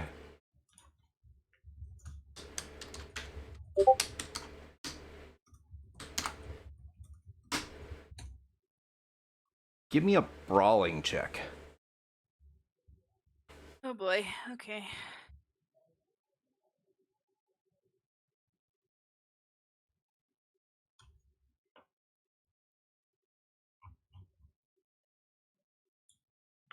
Ooh. 19. All right, you slap her, and for like a split second, she stops screaming, and she tries to slap you back, and then goes back to screaming again. Okay, Yogi's just gonna violently shake her. Like, hey, stop! Okay, give me I'm another brawling. sorry! Give me another brawling roll. It's 22. Holy shit. Okay, so you are now shaking her. I'm imagining like that scene from Airplane. That woman was panicking. It's like, get a hold of yourself. Shake her, slap. Just minus the entire line of people queued up to slap her. Keep in mind, Yogi also does martial arts, so Oh, so it's a kung fu slap. Kung fu The slap. best There you go. kind. sure. The most effective kind. Yeah, so she's just still trying to get her attention and get her to stop freaking screaming because the alarm and the screaming, and it's too much. It's too much. All You're right. stressing me listen, out with the screaming. We're not gonna hurt you, okay? Just got some questions for you. Okay. And Mercy. Yep. So Gillian goes up. Apparently, well, yeah, you hear through the comms. He's telling Roland to open the door. Roland kicks the door open. The alarm starts going off again. What are you doing? She's gonna calmly move back over and pick up her rifle that she dropped. Okay, give me a perception check, please.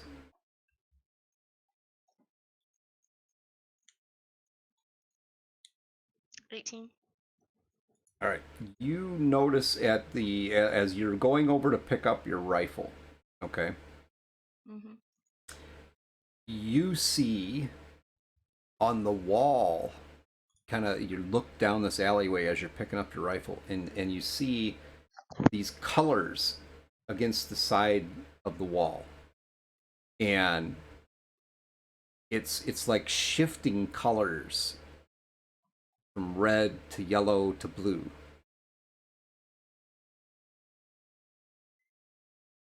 She'll just kind of stand there watching it with her head tilted, like, the fuck?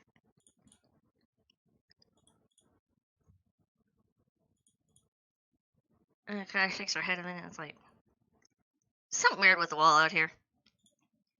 She says that over the comms to the others. And the colors look like they're coming from up another alleyway, and you see this like it's shining on this wall. It's just flashing this red, yellow, blue, red, yellow, blue, red, yellow, blue. Gosh, it's Close Encounters. Get out the piano. Ooh. She kind of slowly makes her way down, tries to see if she can see down the other alley without making herself seen by whatever is down that other alley. Okay, give me an initiative roll. Oh, yeah. 12.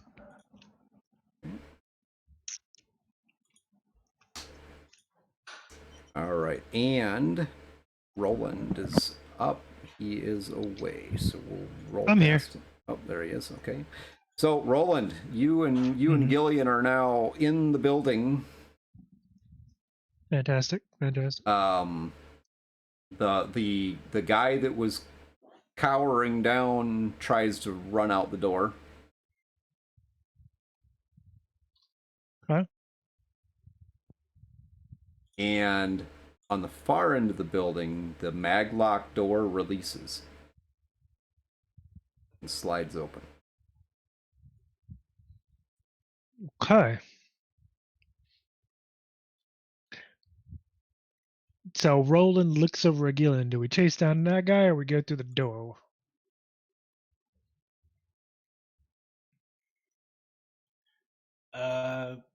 From their from their point of view, are they able to see anything of like what's in that door?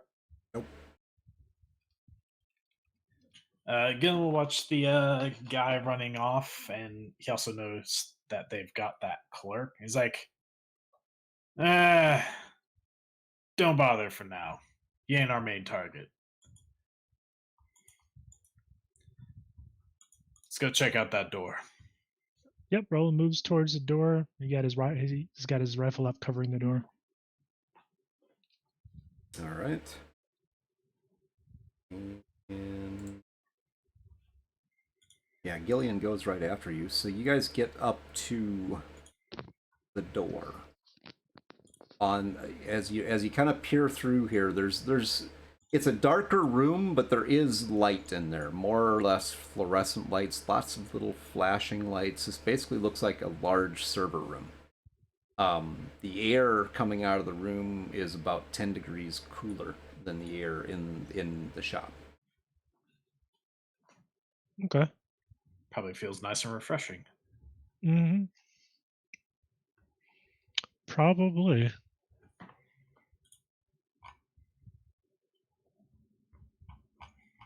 That's it. You can hear the servers, little snaps going off in there. You can hear them running. The hum, the constant hum. I'm gonna roll a perception check using specifically hearing, so I got a +2. Okay. To see if I can kind of tell if there's anybody in there. That is a 14. Probably not. There's nobody in there, as far as you're concerned. Well, you gotta put it like that for. So yeah, he's gonna head in, or rather, he's gonna look to Gillen. He's like, after you, my friend. We really need to get like flashlights. One of the most basic pieces of gear that could help in dark. So when fucking it's true. dark in place. You know who probably has a flashlight? Yogi. I could see Yogi being smart enough to have a flashlight. So Gillen's gonna stand near the doorway, and he's just gonna put up his hand on the wall using tactile boost to see if he can see if there's any like movement going on in there. Not gonna work here. Not gonna work. Mm-mm. Okay. So he's just gonna look at Roland. And he's like, "Guessing you don't carry a flashlight." No, not usually. Though probably should. I was just thinking that myself. And he's gonna cautiously kind of take a step inside, but also like try to strain his old man eyes, see if he can make anything out. Okay, give me a perception check. Strain Surely old be man better eye. than a 12. A 15. A 15. That's decent. I mean, as you're looking around in here, it's a reasonably large room. There's a lot of servers in this room. It is very dimly lit, and mainly the light is coming from the machines running with, and even the fluorescent pieces are actually coming out of these machines. You think there's a doorway at the back of this room.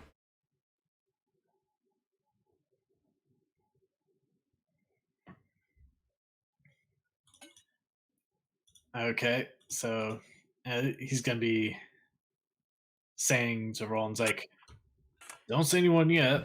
Looks like there might be a door in the back." And he's gonna go over to the comms like, "Anyone got a flashlight?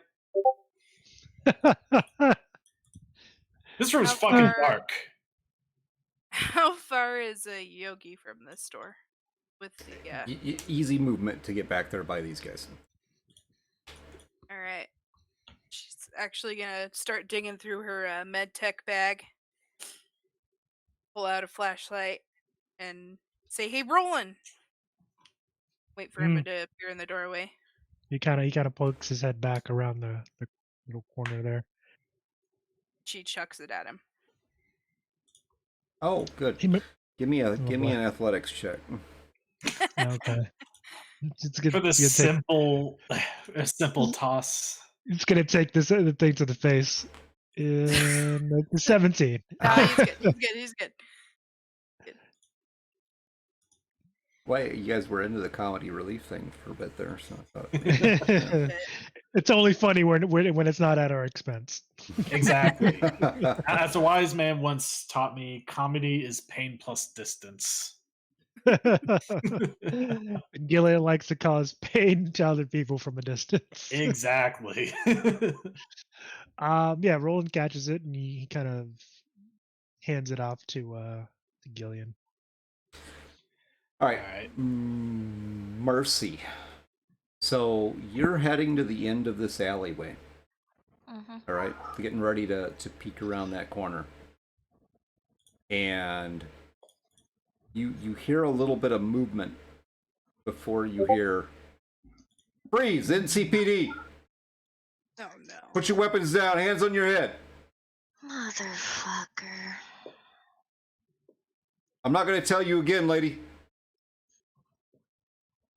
She'll set her weapon down, hold her hands up. She's like, look, I've got no quarrel with y'all. I just came to see what the fuck was going on over here. Yeah, you're lucky I'm nice. We come down here, shoot first, and we'll ask you questions later. Get on your knees, hands behind your head. She'll come over the comms and be like, NCPD, fuckers, congratulations. You better hurry up quick while I've got them focused on me. And then come bail my ass out, because you leave me there, I'll come haunt every fucking one of your asses. Since your asses dragged me into this crap. Fantastic.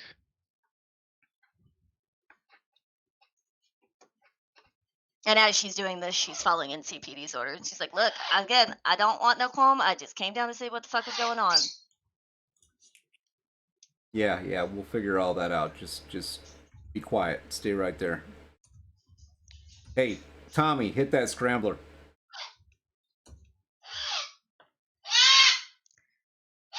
Before they hit the scrambler, can she quickly tell them they're scrambling? No. Yeah. You could get out a like a half sentence of like, hey, they're up, type of thing. Or just one word. No, I say hers would just like literally one word, scrambler. So that comes through your comms as scrub.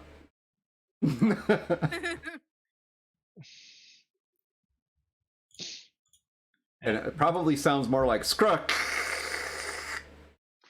And unfortunately enough, at least Roland is smart enough to understand what that stands for. Especially considering she let them know NCPD's here, and he looks over at Gillen. He's like, "Hey, old man, since when do NCPD use a scrambler?" Not all the time, but Doesn't seem a little suspect to you? I don't, given Gillian's history that he was once part of the NCPD, is that kind of standard, or is that something fairly unusual? It depends. It really depends. Your common beat cops, no, they're not going to use scramblers. All right, so that's what I'll say. It's like whoever they are, if they're badges, they ain't your common beat cops. Either they're some other kind of specialized team or someone else entirely. All right. Well, Mercy's out there with him, and if she does believe they're NCPD and they're really not, she could be in a world of hurt. So, what's the call? 'Cause I really, really don't want to get in a shootout with NCPD. It's just not a good look. But if these guys are either dirty cops or not NCPD, we got a problem. Look, what we're doing here is busting a scav operation. So why don't you go back there and explain everything all nice like. Also make sure she ain't getting in too much trouble. All right.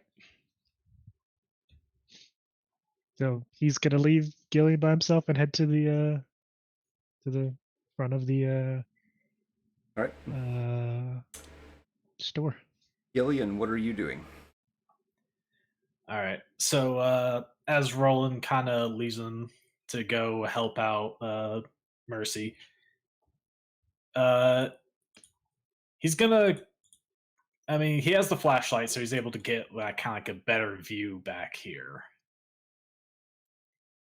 Right. So, I mean, just kind of waving the flashlight around. Does he see anything like unusual besides, like, I guess, servers and stuff like that? So give me a perception check. Okay. Perception 19. Okay. Now give me a evasion check. Oh, I'm sure this, like, just ducking and weaving through the servers. I'm sure, not for any Yeah, other of strange course. reason. Yeah, just 7. bobbing and weaving through servers. You're good. 17. Okay, so you enter the room waving your flashlight around to look. And you hear something above the humming. Like hydraulics. And just out of instinct, you look up and you see a turret system drop down out of the ceiling and open fire on you. Misses you. You still have movement. All right. He's going to. Let's see. Was that like right above the entrance? No. It's or is it kind of more towards the back of the room. Okay, more towards the back of the room. Mm-hmm. Okay. Let's see. He's gonna take a shot at it with his Malorian. Okay. So let me make a roll for that. A 23 for 19 damage. Okay, you hit it. Pling. All right, and he's going to run and hide behind. What would make better cover? He could run back to like the doorway and kind of take cover behind that. That'd probably be better than hiding behind some servers, right? Yeah, I mean, especially if you don't want to damage the servers, although this thing could be calibrated and configured not to shoot the servers, but do you want to take that chance? I mean, we don't care about these servers. Good point. What are we gonna do with them? Yeah, that's true. I feel like a solid wall is probably better. It could hit him yesterday, right, Infinity? So he's gonna run back and to the doorway and hide on the other side of that wall. All right. Run and away. as he just comes out and goes, "There's a turret." Is he saying that because screw the comms don't work? I mean, he just says that out loud, which I assume Okay. Yogi could probably hear at that point, and Roland if he hasn't wandered off too far yet. So no, I think at the time that he's walking away, Gillian's doing this. He's probably still in the store. Yogi. So you're the witness to all this, or are you still dealing with the lady at the front desk? Yeah. Still just trying to get her attention. Okay. Get her to stop screaming. All right. She's just gonna keep shaking her. Hey, snap out of it. Odd or even. Everything's okay. Todd. Ah. Even you're shaking her, saying what you're saying. She's like, "All right, fine, stop." Where's the beast? Right now, you're the beast, lady. No, the big giant dude with all the. You know who I'm talking about. Big dude. Scary dude. You don't Runs with know the me. How scabbers. do you what? You knew those scabbers, you idiot! Well, they were obviously scabbers, you idiot. Yeah, Yogi might have to play hardball with this chick. Listen. The NCPD is right outside.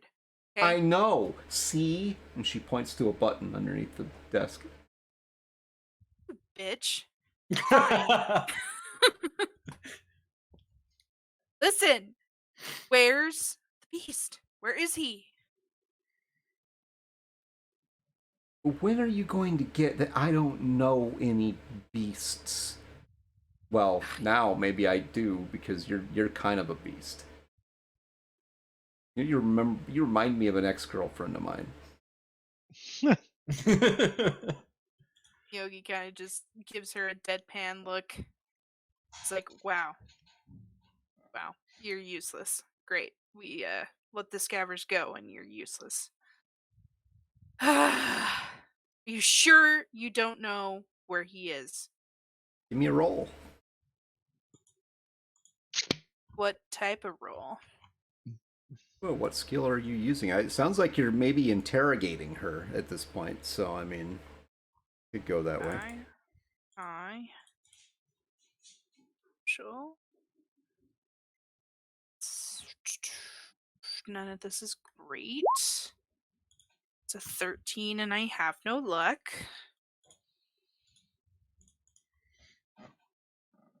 You try that with her and she's like, "Look, you crazy bitch! I don't know any beasts." She just looks over at Gillian. Says, "Gillian, you used to interrogate people, right?" From time to time. Yeah, she's not giving up anything. I don't know anything. Get out of my shop. Leave me alone. You're not welcome here. Yeah, well, nobody wants your stupid little trinkets anyway. Jeez. Well, you bought one.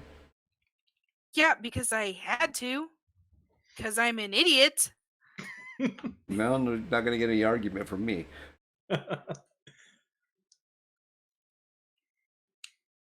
Gillian not gonna do anything. He's walking over, and he's gonna. Fuck! Now you calling the old man on me. What's he gonna do? Geriatrics and all, right? It's gonna stick the gun in her face and give her 3 seconds. After that comment that she makes, she does indeed have a gun in her face, and it's like, all right, look, you're gonna listen to me. You're gonna shut it with the smart comments. You're gonna tell us what we want to know. All right? Give me an interrogation roll. Well, we got 13. You know what? Fuck. I'll use my last 2 luck and make that a 17. Okay. You don't want Roland to come over there. She just closes her eyes for a minute. Opens her eyes. Fuck, you're still here. What do you want from me? You come in here and you shoot up my shop, and these other assholes are in here. Don't play dumb with me. We know this place has been being used as a front for the scabbers under the beast. The fact that the scabbers have been all over this place is proof enough. Now tell me, where's your boss? Give me another intimidation or interrogation check. 11. Wow, these rolls are not going well. Okay. Surely there's a bonus for having a gun in her face. Can I try using a human perception? Sure, go ahead. Oh my god! These rolls are going so bad. Your perception tells you that right now Gillian is more of a threat to you than she is.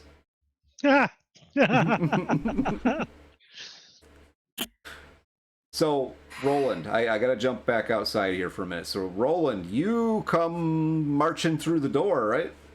Oh. Yep. Yep. marching through the door, and Well, I mean, he doesn't just like kick the door. He kind of opens the door and kind of pokes his head out. okay, you open the door and poke your head out, and you down this alleyway on the left side wall. Mhm. You see these lights, like a red, yellow, and blue.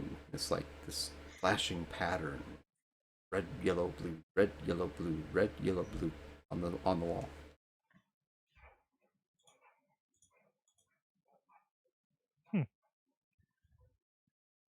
He walks over to the mouth of the alleyway. Odd or even? Even Steven.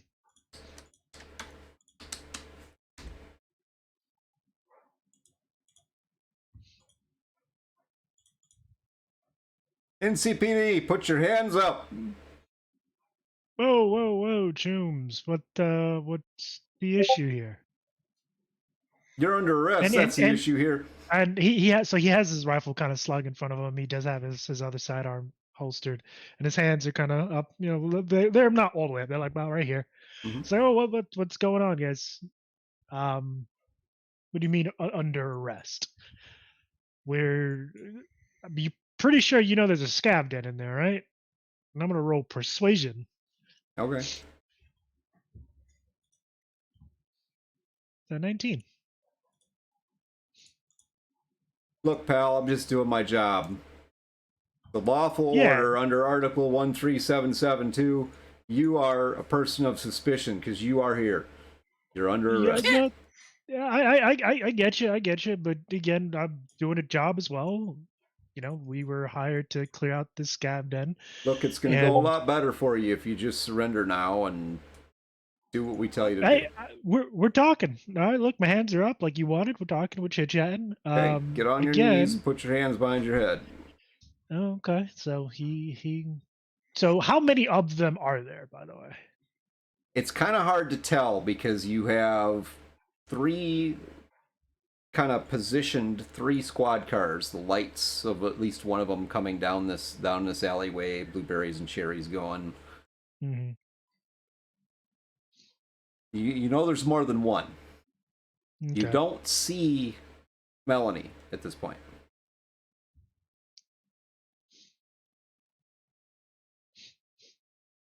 So Roland kind of he puts his hand behind his head. Okay. He's like, but yeah.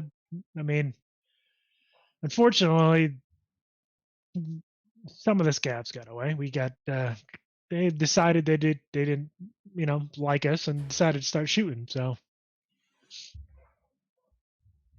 Yeah. Tell us about it downtown. This guy Mhm, moves up behind you. You got your hands behind your head, right? yeah, he does. Okay, moves up behind you and grabs your right arm, starts bringing it down, puts you in cuffs.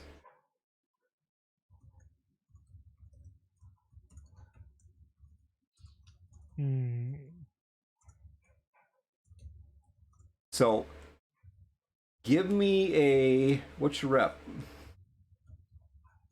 My reputation is at a standby. Let me find it. Where is it on this sheet? You're a rocker boy too, so I mean. Yeah. I have a rep of 3. Okay. And what is your charismatic impact? Rank 6. Okay. Give me a D10. Flat D10. Yep. That's an 8. Okay. So this guy grabs a hold of your arm, starts to cuff you. He's like, "Hey, ain't you got you that guy that drummer fella from what was the name of that?" That Haywood Highwayman? Yeah. Yeah, that's me. You a fan? No, I think you suck. Oh, well. I only hate listen to you. Been to Hey, all your sir. concerts. You're terrible. A listen's a listen. It's like, hey, everyone's got their choice. My daughter though, she really digs you and your band and all that garbage. Yeah. Would you want me to sign something for her?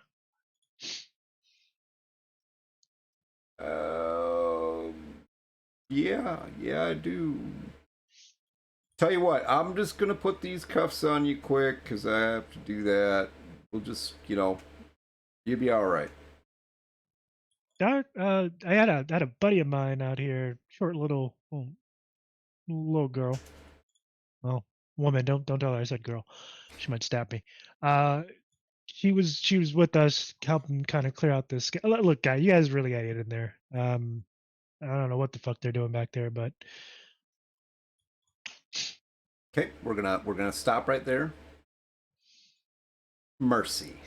So, the same situation that you had is basically what was going on. Stab him. What was going on with Roland? So they put your hands behind your back, cuffed you. They're not necessarily being nice, but they're not being overly mean as long as you're not trying to resist them. They get you up on your feet, leading you back over to one of the automobiles. What are you gonna do? Honestly, she just looks bored. She looks bored. Mm-hmm. Okay. All right. She's not fighting Infinity. them, but she just looks bored. All right. Why are you trying to get me stabbed, Infinity Core? So they so they lead you over, put you, getting ready to put you in the back of one of these cars, and you happen to notice, kind of through the flashing lights, you happen to notice Roland has now taken your place in the alleyway on his knees. Yay.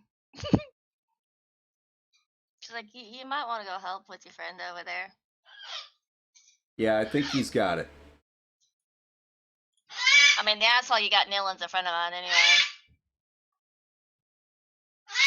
Yeah, so what? What's your point? Is he a bad dude? No, he's a drummer for some band, Highway, whatchamacallits. Not that I give a shit. Fuck. Highway something or other. Jeez. All right, I might have to check that out. For the meantime, you need to get in the back of the car. I'd rather stand out here and watch. No, I mean, I it's not can't. gonna. If you're waiting on him anyway, what the fuck is it gonna matter if I stand out here or get inside? It's not like I can do anything. I got fucking cuffs on. All right, but if you try running, just be warned. Mm-hmm. We got drones too, so just keep that I in know mind. how it works. All right. She just leans back. I know how you street people are too. I ain't a fucking street person at all, so watch your fucking mouth, bitch. Mercy. You just called me bitch. I'm just You just making called the me a street situation thug, worse. essentially. What? Go do it. Go. Look, I'm not doing anything, okay? I think you should get in the back of the car now. The hell with this standing out here in the alleyway. And she just starts cussing in German. I think Gillian might have inherited another problem. And this NCPD officer, he listens for like a couple of seconds to her cussing in German and then replies in German. Watch your mouth. Fuck you. Fuck you. Hey, last time You're going in the clink. You're gonna sit in there. Really? So you're gonna arrest me for cussing you out? Last I checked, there wasn't any crime in cussing. That is interfering with an officer in the line of his duty. I'm not interfering. I'm not interfering at all. I'm standing right here doing exactly what I said I was gonna do, which is stand here while you go do what. And I just gave you a lawful command to get in the back of the vehicle. No, you told me to stand here while you go deal with that over there.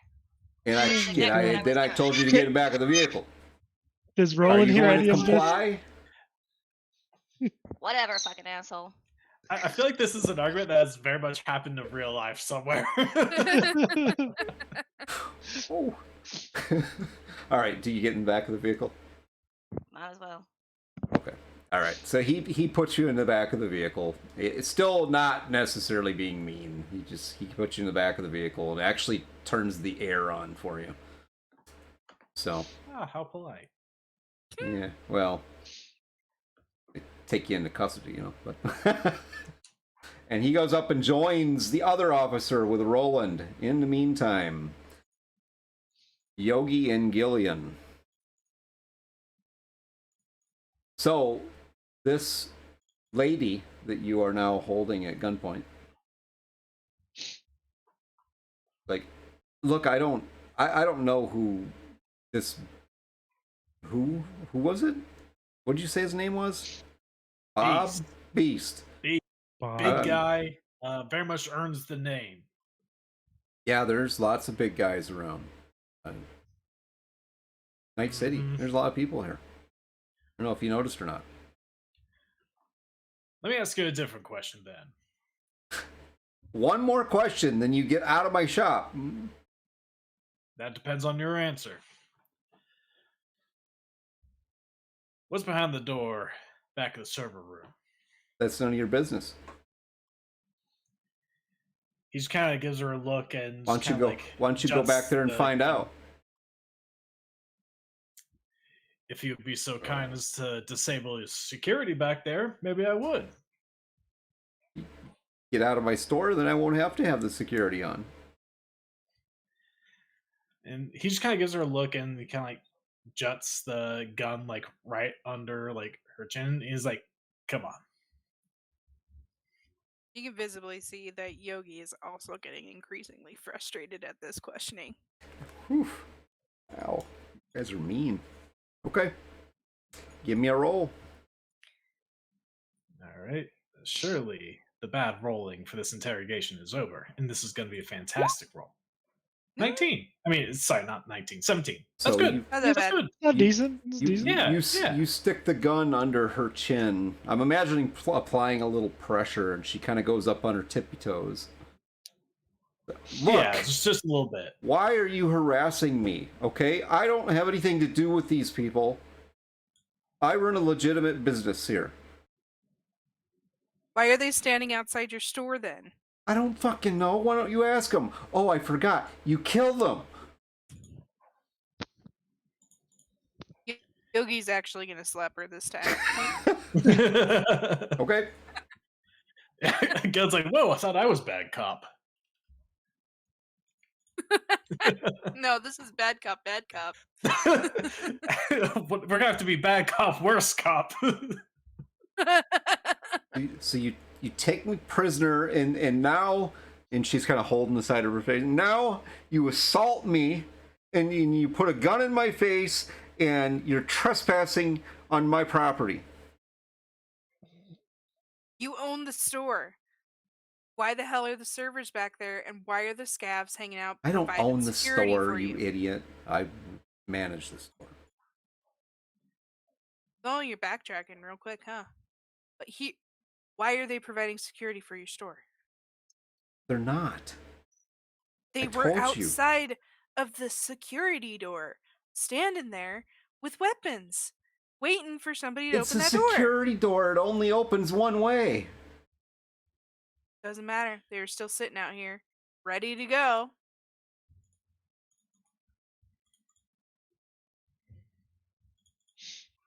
Turns out What's the in the scavs are here to rob servers? the place. I mean, if that's true, we're gonna have to be pissed at our handler because we were told that this place is a front for the scavers.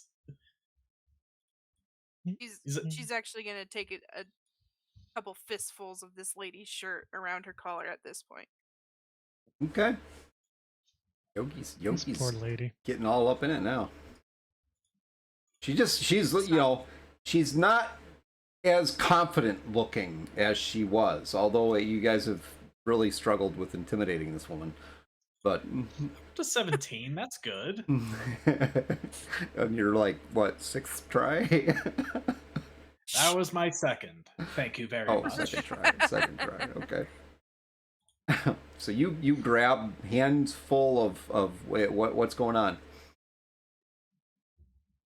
Whoops. Shoot. While you're getting her back, Yep. Gillen's gonna look under the counter for the panic button, just try to turn that off.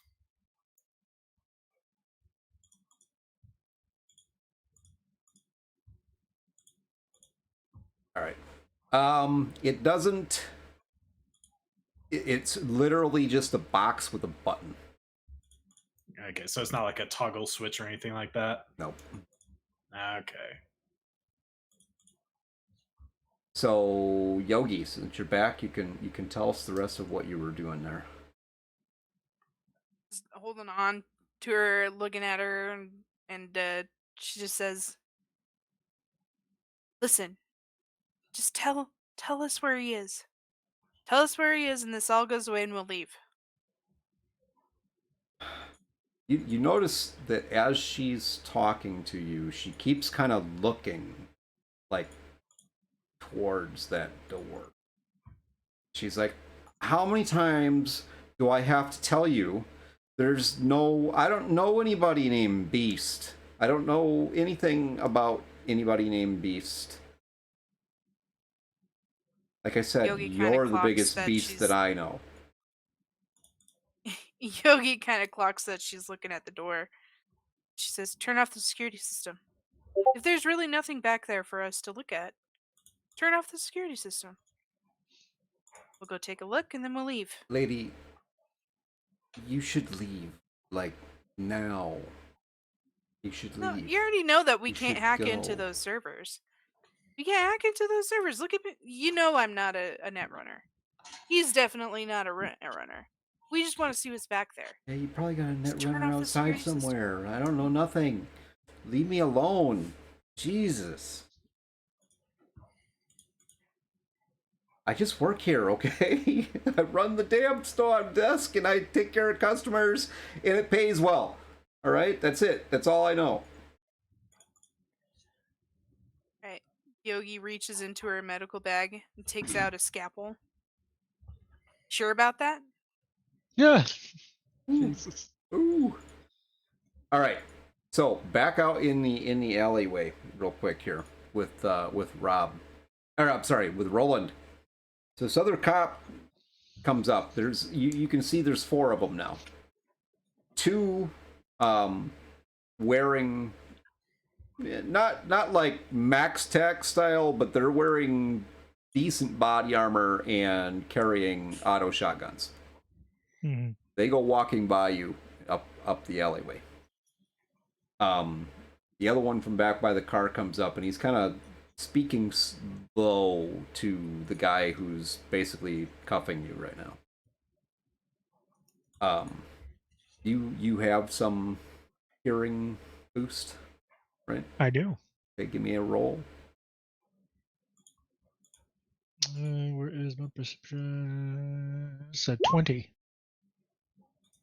Okay. So you hear this guy. He's kind of speaking softly, but he's speaking to the other guy. He's like, "Hey, we should just let these 2 go. We can't take them in. What are we gonna do with them?"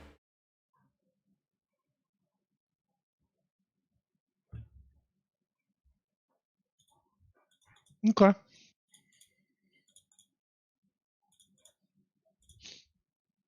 And the guy who's Bro, cuffing you right now, he kind of you feel his hands tense up a little bit. He's like, I don't. Hey, Roland, right? That's your name? yeah. Yeah. Say, I don't think we really need to take you in. You know what? I think you should just, you don't have no part in this. Why don't you just, just take off. Just go home. Enjoy the rest of your day. I mean, I'd appreciate that. And, my friend over there that just got tossed in the back of one of those cruisers. Yeah, she's got a mouth on her, by the way.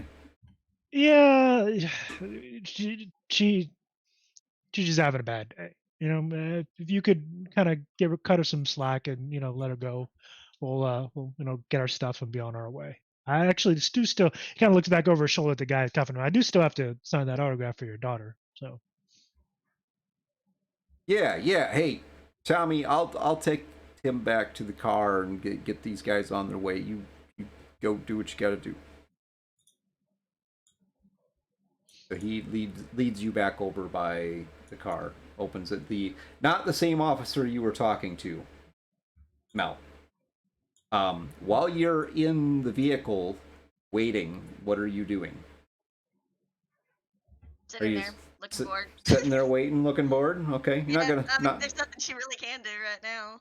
you're not gonna try and get out of those cuffs.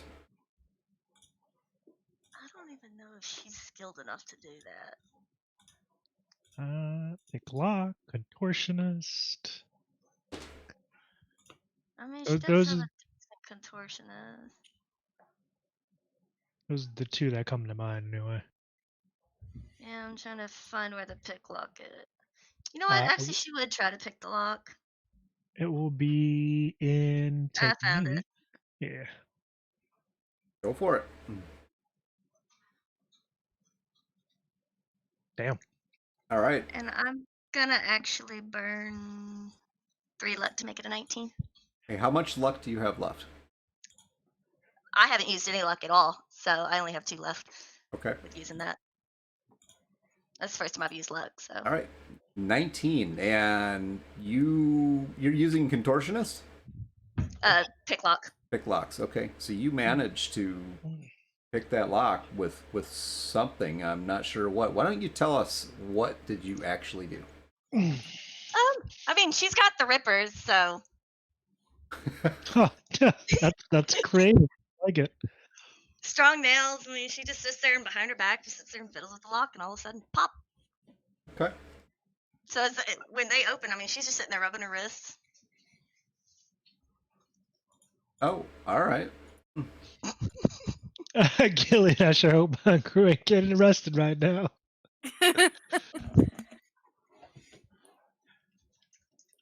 He's like, what? Because he told you, like, why don't you go sort this out? Then, like, 5 seconds later, you're both in handcuffs.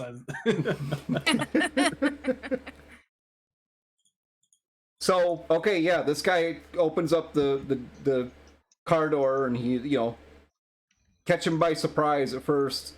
And, I mean, he jumps a little bit, like, hand on his weapon. He sees you and you see this, Roland. I mean, this guy kind of jumps a little bit, hand goes to his weapon automatically.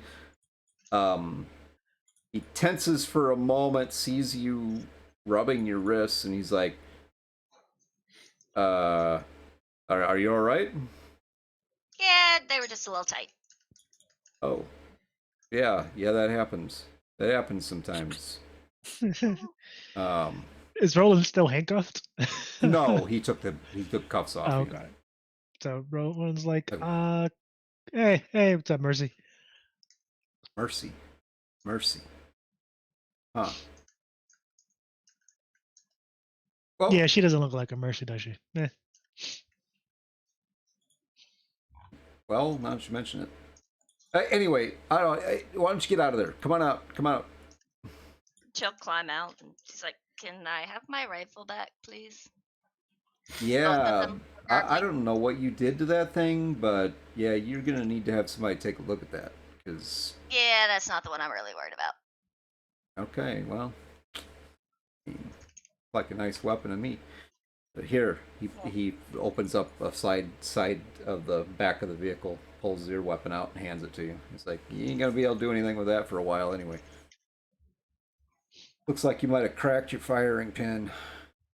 Yeah, probably. Anyway, you two need to get out of here. Go home. Get out. Well, the couple things. We still got 2 of our crew back in there. Hopefully they're okay. But the autograph. Oh shit. All right. So there's 2 more of you back there. Yeah.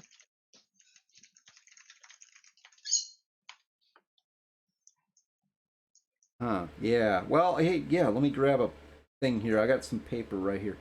have to get that autograph for me, and he, reaches back in to grab the stuff they need. Okay. I'm gonna go. Roland kind of looks at Mercy and waves her off as he's reaching in there. His back is her and kind of waves her off towards the entrance to the thing. Okay, I'm gonna Yeah, I'm yeah. gonna I'm gonna jump to Gillian and Yogi. So, Yogi, Gillian, I mean, Yes. literally, you notice there's a puddle on the floor now. Oh boy. A puddle. Puddle. Oh. Gillen's just gonna look at it and go, "Ish, you handle this." And he's gonna go back over to that maglock door. He's not gonna go in yet because he knows there's that turret in there. He kind of strokes his beard for a second as he kind of thinks. He's like, "If the beast is here, I bet he's back there." Like the proverbial light bulb of the head goes off. And then he just says very loudly, like trying to call, almost as if calling through there. It's like, didn't realize the beast was scared of little animal with his tail between his legs. Hell, even your brother the bull had more balls than that. Too bad he's dead. Ha! Just trying to say the most inflammatory fucking thing to get this guy pissed off to show himself. Wow. Okay. Yeah. Damn. Gillian would say some shit like that, though. He really fucking Just would. talking mad shit. If this guy wants to hide away, if he's the beast, if he's earning that name, surely he doesn't back down from a provocation like that. I'm gonna move over to Yoki quick. So okay, yeah, Yogi, you notice this lady. She has now officially pissed herself. So she still puts on a strong face, but obviously she's not as solid as she might pretend to be. Yeah. Yogi pretty much just caresses the blade onto her cheek and says, "Yeah, I may know jack shit about getting into the net, but I'm a med tech, and I know every nerve in the body cause the most amount of pain. And people say suggest- Roland's the problem. Just waiting for the cops to just walk in on open that. into the door, like, I suggest turn off the system." Jesus. Now we know who the crazy Look, one is. I don't know how. I don't control any of that. Okay, you're really just I just work here. Okay, I just work here. I'll leave. I don't. What do you want? I can't do anything for you. What's in the server room? Servers? I don't know. Give me a perception Give me check. an- Give me a perception check, quick.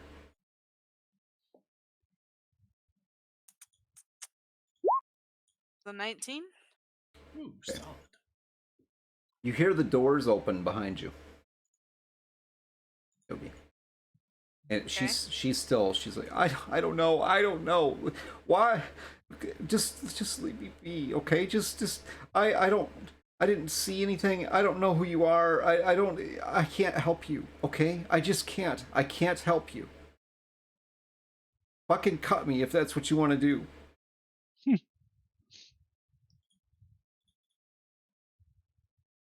Okay, what's coming up behind her? You see two silhouettes. Both in what looks like tactical armor with shotguns. And they open fire on you. Huh? Okay.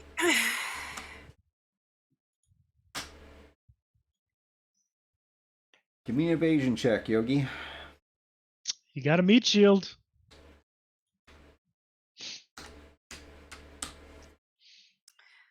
Yeah, we're using the meat shield. Yogi didn't want to do that, but You just say it was by reflex. yeah. Okay.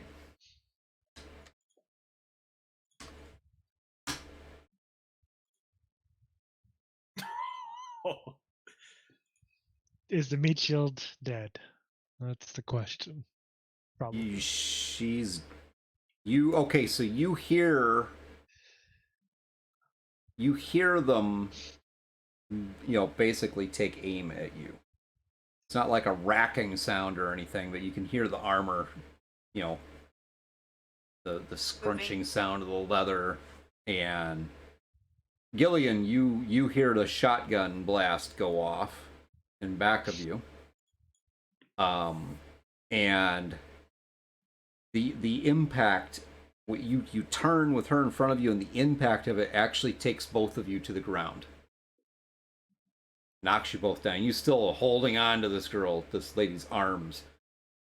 And for just a moment, you look up and your eyes make contact with hers.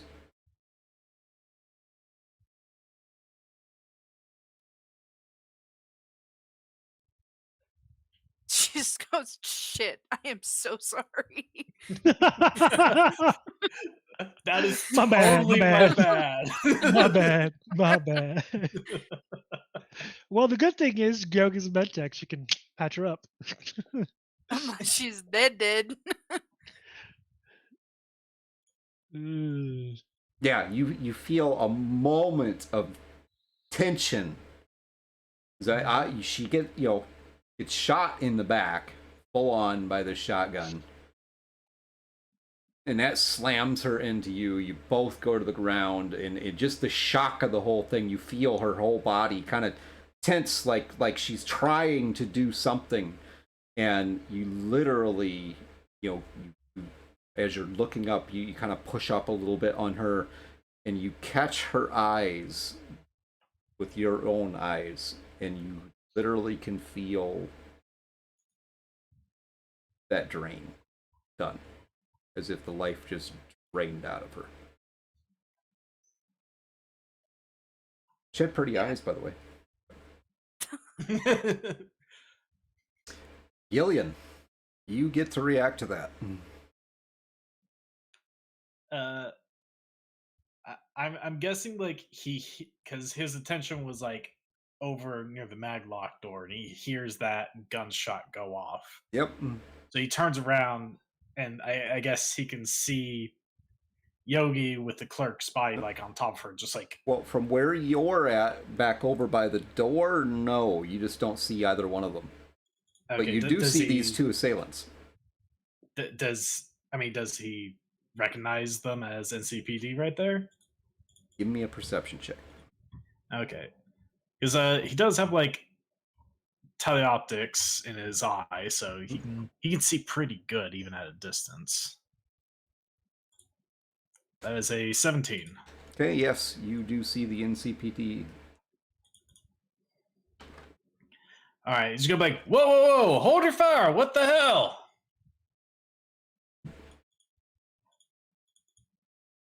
Oh, you're not one of them? You're not one of the bad guys? These two kind of, move towards you a little bit. Like, oh, whoa, what is going on here? Who are you? Like, oh, fuck it, I don't care. Roll evasion. What?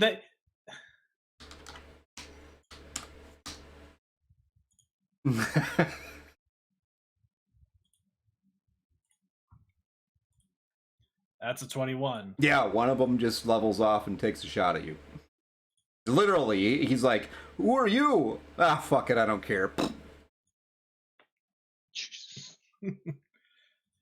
And Gillen, using some of his speed wear, managed just like very quickly just like dodge the bullets with the weave, and he's like, good to see things ain't changed in the Force. And he points his gun back at the other guy, and he shoots. All right, I will give you one shot. Go ahead, or your turn, basically.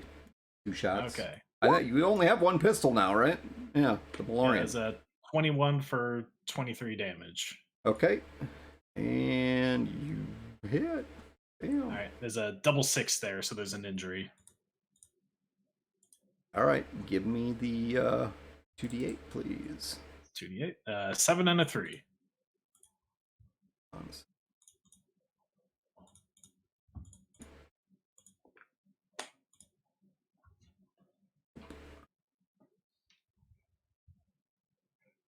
I got these files stacked, sorry. Give me a second. There we go. Okay. A 7 and a 3. All right. So...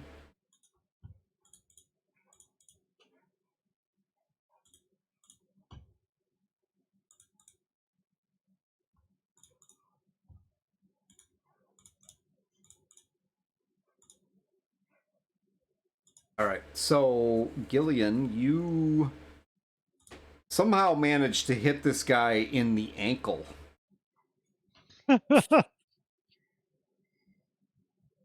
You can describe that scene. Alright. Did he, So, did he does just it blow like off this knock the guy's guy foot? down? However you want to describe it. Okay. You don't kill him, but I mean he is not going to be running any marathons anytime soon. All right. So after dodging the shotgun blast, he aims at the ankle and takes a shot, and the guy just drops. And he immediately goes to point his gun at the other NCPD. He's like, "That could have been straight through his eyes if you wanted to. Now, you want to stop being trigger happy cop, Okay.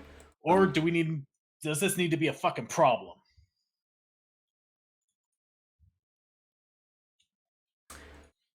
Yogi, what's going on with you? Well, he's gonna push this clerk off of her, and I'm gonna do something I don't do often because there's a mechanic that I don't often use, and that's the cool check. okay. So I'm gonna have you roll a d10 versus your cool. Which is my cool. Mm-hmm. This is my cool right now. Okay, I have a 6. So, remind me, we haven't used cool in a minute. Mm-hmm. How does that work? You gotta roll below it. So it's just like roll a d10. I Yep. did not roll below it. But she's a med tech. She's not. It is not uncommon for her to experience someone dying. Okay. Just putting that caveat out there. If you can give me a good explanation of this, as a matter of fact, you can describe the scene.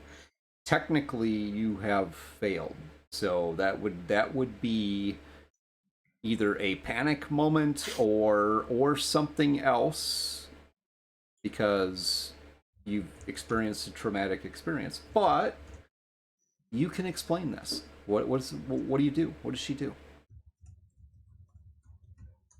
And she literally just roll this chick off and say, "Oh, sorry about your luck. Move on."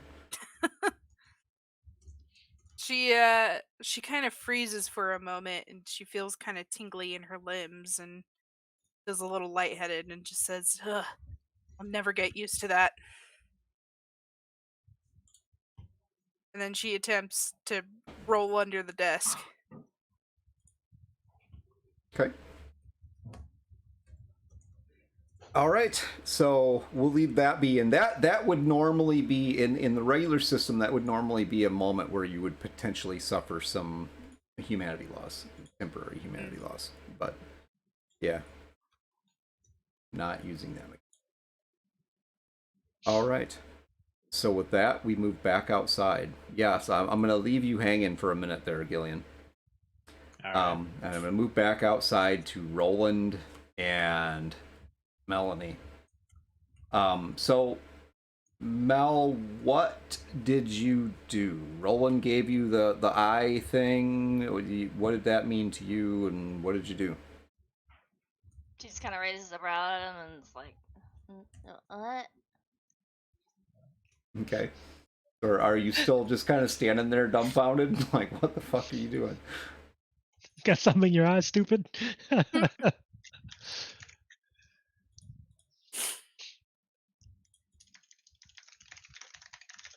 Or what are you thinking?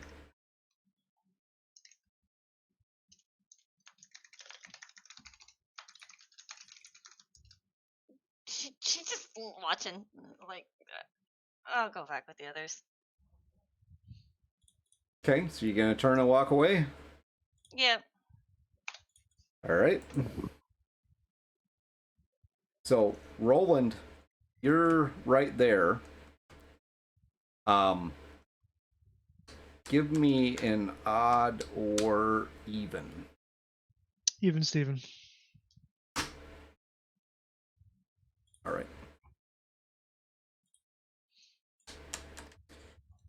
Now, give me an evasion roll. Oh, fantastic. Okay. Invasion roll it is. Oh, that is a not uno. So I got a 16, but a not uno.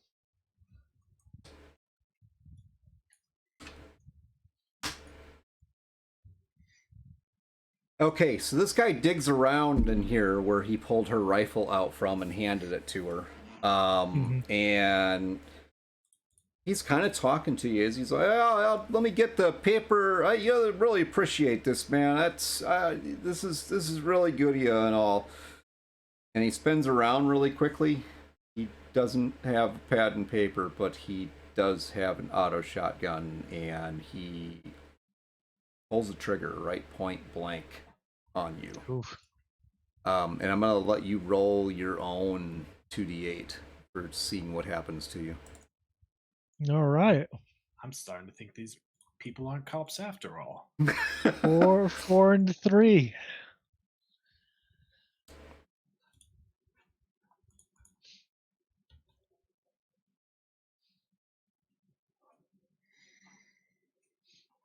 All right, so he blasts you.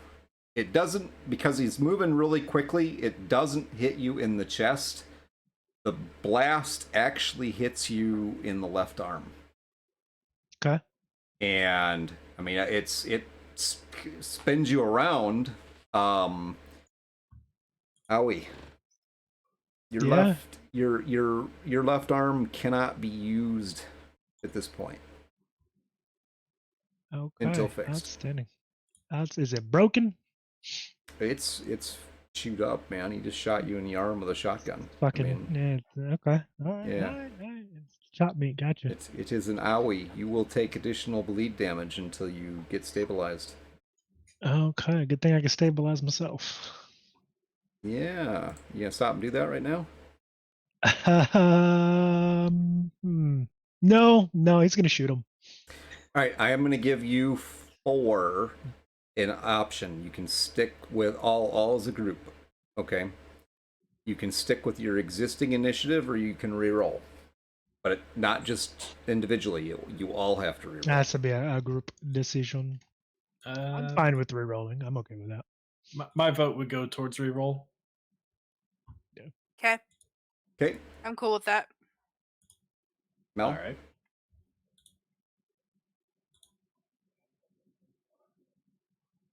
Mercy? Yes. Are you on board with re-rolling your initiative? Yeah. Yeah? Okay. Go ahead. Hey, everybody. 18. It's any better. It's not. Well, a 9 is better than a 7. Yeah. Listen, Yogi isn't built for combat unless she absolutely has to. Wow, everybody ended up with better. Nice. All right, Mercy, you are up first. So you turn to go do whatever you were going to do. Go check on the others, and you suddenly hear a shotgun blast from behind you. She's just gonna let her huff and be like, fuck this shit. Just fuck this shit. I'm done with it. But she'll turn back, Ripper's extended, Okay. and goes for the guy. All right, go for it. Wow. That one for the that- first one, that 10 for the second. Perfectly balanced. Robot giveth and robot taketh away.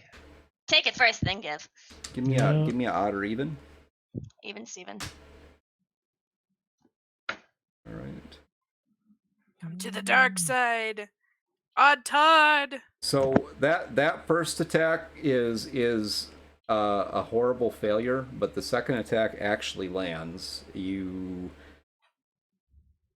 It doesn't really do anything. You don't penetrate his armor, but you do hit him. Do you want to tell us what that looks like? I mean, No? I don't really know how to describe that one. So I would say you probably just spun around, seen Roland, and went for this guy, and the first attack just swung wide. You did hit him with that second attack, but it didn't penetrate his armor. So, all right, you do have some movement. It's tight quarters, so you have movement left. If you want to do something else, you just don't have any actions. She'll just move. Actually, You got a meat shield right there. He's a little damaged, but. she'll move behind him. Part of his SP's gone already. We can put it that way. Yeah. All right, Roland, you are up.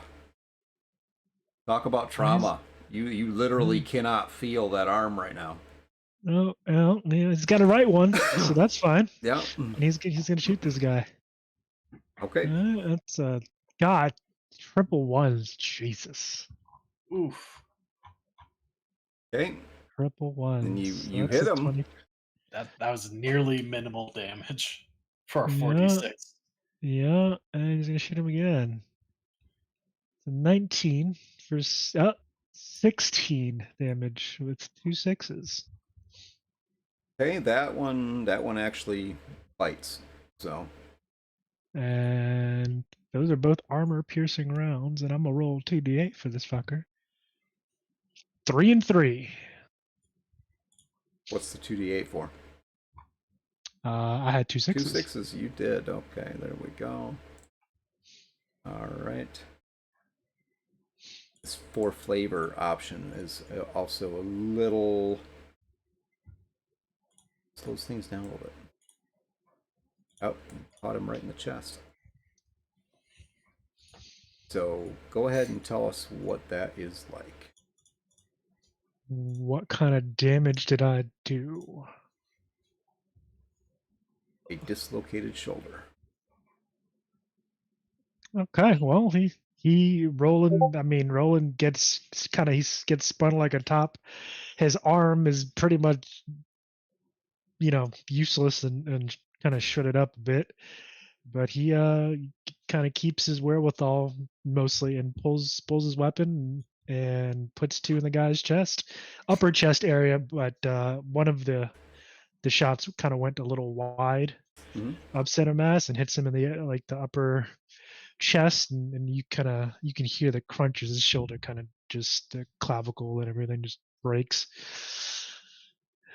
Ouch. And his shoulder is useless. Ouch, ouch. No, that's what you get for shooting a guy with a shotgun, man. He was gonna give your daughter, if you even have a daughter, could be lying, asshole. He's gonna sign an autograph for her. Everybody was gonna go their separate ways, but no, you had to pull the shotgun. Ah, yeah, such is life. Gillian. Yep. All right, man. Time to shine. You don't get a chance to shoot that woman. Somebody else True. shot her. I mean, Did either of them react after Gillian shot that guy's ankle out and he pointed his gun at the other one? Like, did he have an answer to what Gillian said to him? are you gonna wait? I for an mean, answer? Give him a chance. could I He'll- say he will answer you on his turn. could I say I would hold my action until then, and You but could. you know, if he fires back, or if he or his friend fire back, Gil will take a shot. Okay.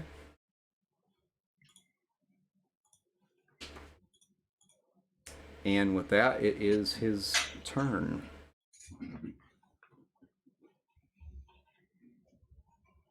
You got up, right, Yogi?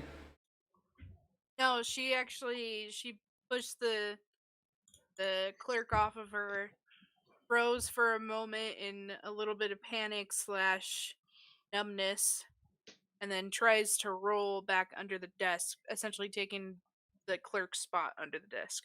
Okay. Give me a brawling roll. Brawling. Yep.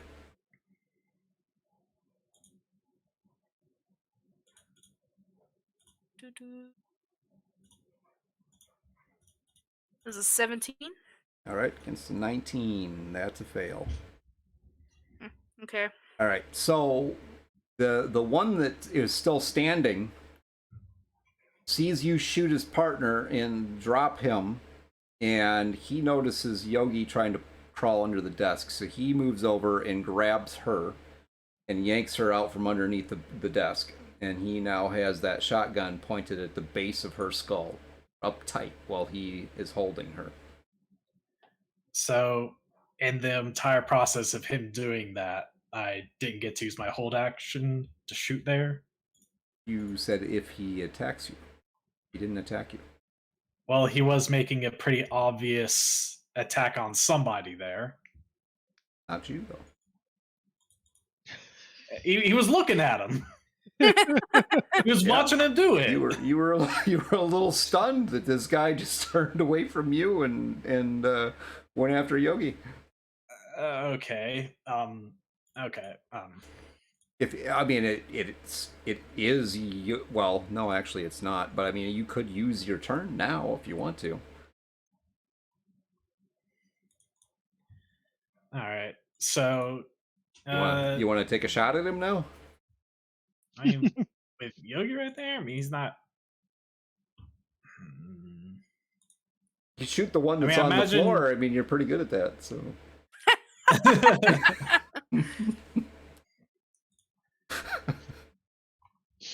Let's see. I imagine it would be an aimed shot to try to shoot him and not Yogi. Yeah, at this point, yes. But he carrying another person, it's not like he'd be evading, trying to evade that, right? So it'd be better than trying to aim shot on a moving target, wouldn't you say? Bear in mind that at this point he has a meat shield. But yeah, but it's not like. But I say aim shot because it's not like every part of him is behind Yogi, right? Mm-hmm. Like primarily his head would be showing. Oh dear. No. No, it'll have to be at a -8. If you make that roll, then you could bypass the meat shield. But if you don't make that roll, then you're potentially going to hit the meat shield. That's up to you. Let's see. I have something that boosts my aim shots. The meat don't shield I? has a name. He's gonna go for it. Okay, Damn so it. it would be an aim shot, but I feel like he's not exactly a moving target, so that would also make it slightly easier than trying an aim shot on a moving target. Like, is that safe to assume? Maybe. I don't like the way you say that. Are you willing to risk it, Gillian? Well, here's the thing. Greg does act against me all the time. Oh! Throwing shade, throwing shade. It is up to you. I'm liking your explanation of things, but It's a risk. How much luck do you have left? That is indeed a risk. Luck? None. yeah, he spent it I don't already. know about this. I don't know, man. This. Well, let me see. What would be my? Let me do the mental math real quick for what I would be rolling with. Let's see. I'd be going with 10 plus 8 plus 1 plus 2 plus 12. I think I have like a plus 12. No, plus 13 for that shot. That's not bad. That's actually not bad. -8 though, right? Yeah, that's minus factoring in. That's factoring in the -8. Okay. So that's not bad. That's not bad. I just need to not. You know what? If I roll in that one, the gun jams. So that helps you. I just wanted to check this quickly, but I'm actually giving you a caveat by even allowing you to do this because technically he's behind cover according to the system. Yeah. Any shot at him hits her. 5'2" cover. Yeah. Any I shot. didn't say it all makes sense. I'm just saying, But technically, any shot would go through Yogi first. Yeah. Essentially, rules as written. Yeah. So, but if you can make this shot, I will allow it. No, risk it for the biscuit. I'm dangling the carrot out there, man. You got to decide whether you want to risk it or not. Do you believe, Chloe? I just won't look. It's fine. Believe. Was her? No! The gun jams. I hope so. It's really up to the DM. So I had a feeling you would roll in that one. give me an odd or even, Matt. Even Steven. No. Okay. Just shot your mid-tick. Yeah, All you right, did. Gillian. You already threw one gun at somebody. Maybe it's time you just find a new style or something. I don't know, because now you're Mallory in arms. Unbelievably, miraculously, jams. Okay. He pulls the trigger. You see her cluck. He's like, "Well, shit." All that build up for that? Fuck. You know what? I think I deserve the jam to not shoot Yogi after I had a held action and Gillian just watched the guy grapple. I think I earned that bit at least.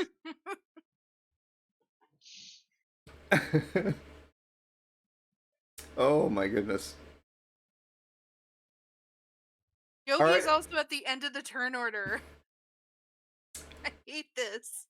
Well, but that also means she's up next. So, I mean... Okay. So restrained wise, how restrained are her arms? Well, right now, this guy has this shotgun, which... Auto shotgun is a little shorter style weapon. It's not like a long barrel weapon. So he has this kind of crammed up to the back of your skull. And one arm wrapped around you nice and tight. So it's kind of like holding you like that. Alright, how armored is his arm there? He's wearing tactical gear, so he is pretty well armored up. His stopping power in this gear is comparable to your own. So, does he have gloves on? Nah, why not? We'll leave his hands bare. Why? Are you gonna bite him? Try to? No, she's actually gonna try to take the scalpel. Lick him and be like, there. Ew. See? No. She don't know where this guy's it been. could work, gross him out and be like, ugh. What are you licking me for? Stop licking me. Exactly. He's actually gonna try and take that I'd rather have him scalpel shoot me than you lick me. Anyway. and try and Stab him. jam it over her own shoulder into that dude's hand that has a hold of the gun. Okay, so what that comes down to is a brawling roll because you are grappled, so you got to break free. It's a 20. Not natural, but it's a 20. I'll take it. That's decent. That's decent. Damn it. 24. Greg, you need to stop these rolls. Yeah, for real. All of our weapons are jammed. We've had 3 weapon jams, and you're out here rolling like this. It's a 9, man. It's not even an ad 10. I mean, jeez. Gets the job done still. So, yeah, you don't get the opportunity to attack him. He has a pretty good hold on you, Yogi.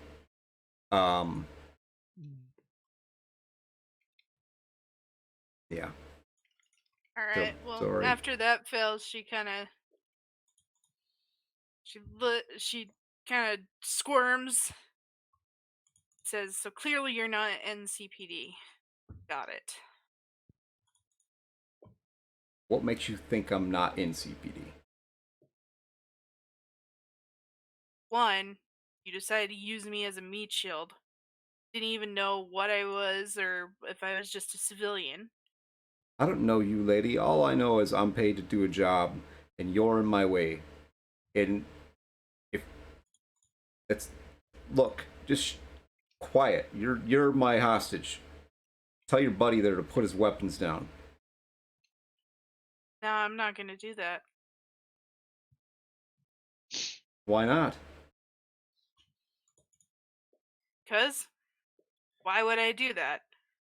Look, I'll let both of you go. If He puts his weapons down, and you leave peacefully. As they're saying that, Gillen, I mean, his weapon's already jammed, but they don't need to know that. He holsters his jammed gun that he wouldn't be able to shoot anyway. He does that and goes, "Now let her go." He doesn't point at you like I did. He's like, you leave now. I'm not letting her go until you're out of this building. no, he can't. You're not gonna. He has to have line of sight at all times. He'll leave. It's fine. But he has to be able to see me. Go outside. Is it like a glass door? Like Yeah. the front of the store is like, Yep. Like a lot of glass, like a lot of other stores. Yep. All right. So he'll be backing up, like kind of walking backwards. He's keeping his eye on them until he pretty much reaches the door and he backs through it. And he's like standing. He's outside, but he's right at that entrance, and he's looking at him. He's like, "There we go." You go fully. Let her go. You go fully outside. Yeah, he's taking the step. Like the door is like still open Mhm. because he's kind of holding it open, Mhm. but he's outside. Okay, I'm gonna stop right there and jump up to Roland and Mel. So Mel, I'm gonna go with you first. You moved back and tried to take this guy apart with your rippers. Mhm. And then you stepped off. Did you Yeah. literally hide behind Roland? Is that what you did? To cover Yep, behind she's Roland? completely behind Roland. All right. I mean, so, she's tiny as shit, so I guess Roland's going first then. Roland's getting shot first. No, you're Okay. going first. He's gonna shoot the guy again. Go for it. 20 for 16 Okay, you hit. and a 19 for 14. Okay, that one misses. Okay. You've hit him twice now with armor-piercing rounds. Okay. Yep. All right. So now, what are you doing, Roland? Are you just gonna stand right there and stare this guy down, you and your gimpy self? Wow. Ouch. Wow. That's fucking harsh, man. That's unhelpful. Seriously. It's entirely unnecessary. He is going to, considering Mel is hiding behind him, he's gonna kind of like back up. Just kind of put some distance between him and this douchebag. Yeah. He's just looking at you. He's like, "Look, I'm really sorry. I can't. I either gotta get rid of you or they get rid of me. You understand? Oh, I get you. I get you. But don't think I'm gonna stand here and let you get rid of me. Do what you gotta do. Mel, you're up. At this point, I don't know what to do with her because I mean, she rippers does aren't have to working. Her pistol's not work. Her rifle's not working. Your rippers work just fine. You just rolled poor on damage last time.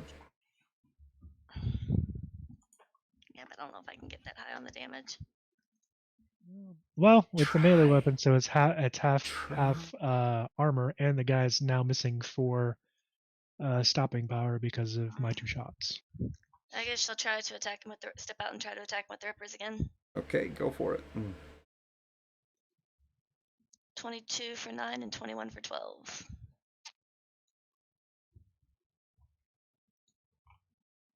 Okay, both attacks hit. The first attack, it just barely gets through this armor. Second attack actually has some bite to it. The thing with his armor, because it is more of a flak armor, is it's you can tell you're hitting something, and it actually resists to pull it back out as well. But you hit him twice. You gonna hide behind rolling again? Yep. Wow. That's All right. entertaining as fuck, I think. But Jesus Christ. okay, Gillian, Yep. give me a perception check. Okay. You guys didn't forget there were 4 of these guys, right? Well, there's 2 inside and 2 outside, right? Yeah. That's a 14. 14. And there was a third one on his way to you that you didn't see. Give me a brawling check. Okay. 24. 24. Wow. 21. Okay, this guy just tackles you to the ground for 6 damage. But you are now grappled. Okay. He didn't really hurt you. He just maybe jolted you and surprised you. But you okay? So Yogi, you're watching as Gillian goes outside, looking the part of Gillian, the feisty, mean, grumpy old man, and suddenly something hits him from the side, and he disappears. Someone tackles him away from the door. And you are up, Yogi.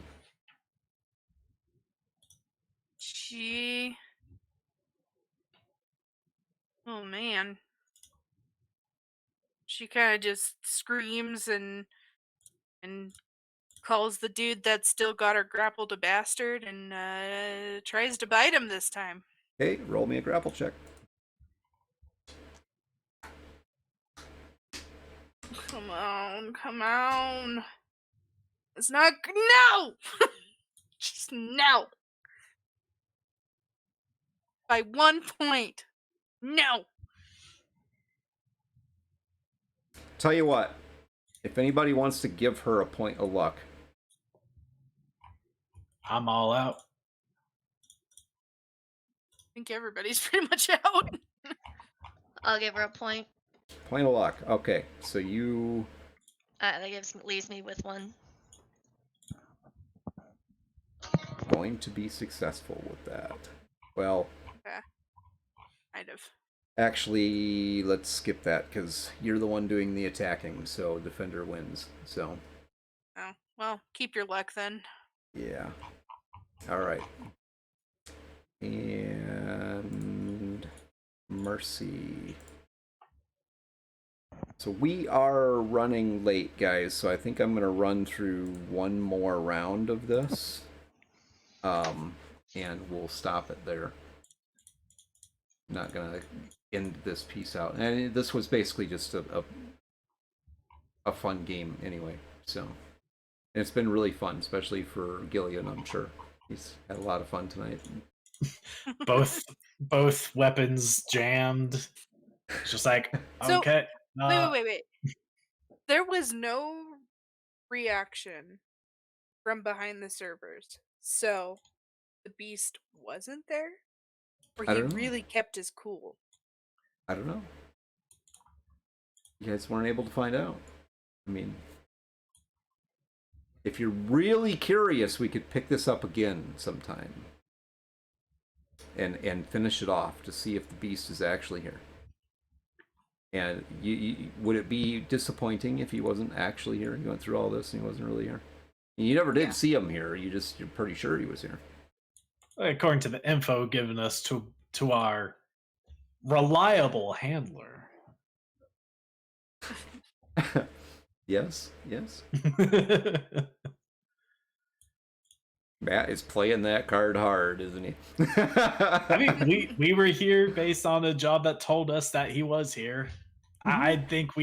I think we would be reasonably angry at our handler if he gave false information that landed us in a lot of trouble. He's never steered you wrong before. Especially it's first time for everything. Gillian and Yogi get taken. All right, you guys want to do one more turn, or you want to call it here? Do one more turn to see what happens. See if we can have Gillian actually shoot Yogi this time. All right. What gun? With what they're gun? All, all jammed. Maybe you should. Jammed, Greg. Well, throw that one. I mean, he has to get out of a grapple first. That's the problem. All right, Mercy, you are up. Same thing as last time. She's gonna step out and try to hit with the rippers. Give me a couple rolls.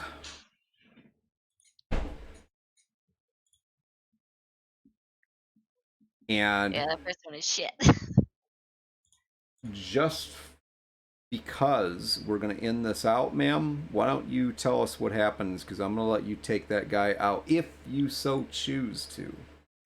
How do you want to handle this?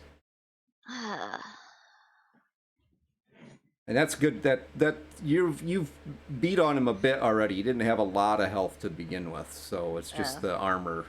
So if you hit him a couple more times, he'd have been down anyway. But we don't have another couple of times, so you get to take him out now.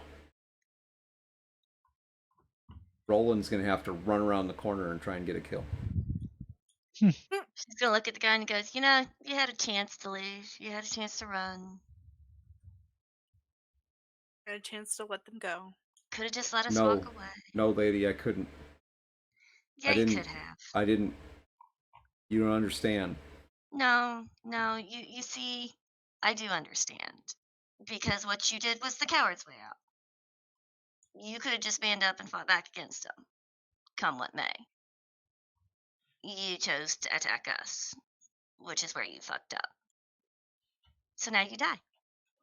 It's that simple. And with that, she just slams her rippers right home. Right through his jaw. Straight up. Oh, that's a good quick death. I mean, she's not completely heartless.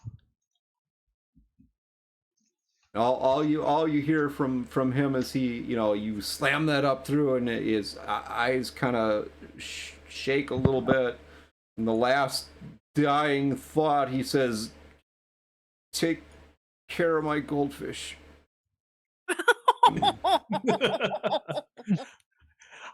I will.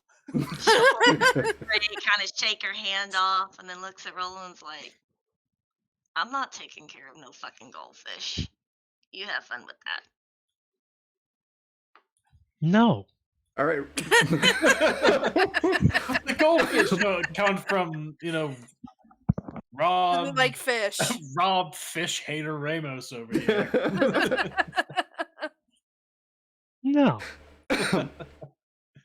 Motherfucker shot me. No. Let his fish fucking die. Oh, Eh, take it out on the whatever. fish. There's an MO that's developing here. He's like, I'm done with this. Can we go home already? Yeah, let's go get the other two. Okay. All right, is that's your, because you're up next there, Roland? So is that your action? You two are gonna I mean, he's mosey gonna around walk. He's gonna walk past. He's gonna walk back into the shop. I'm assuming he sees what's going on, right? Well, you're down and away, so it's not a like walk back into the shop type thing. You're down that alleyway and then down another alleyway. No, he's gonna walk back towards the shop then. Okay. That's it. And as you round that corner, turning into the alleyway where the shop is at, you see Gillian and one of these police officers, the one that walked away from you guys,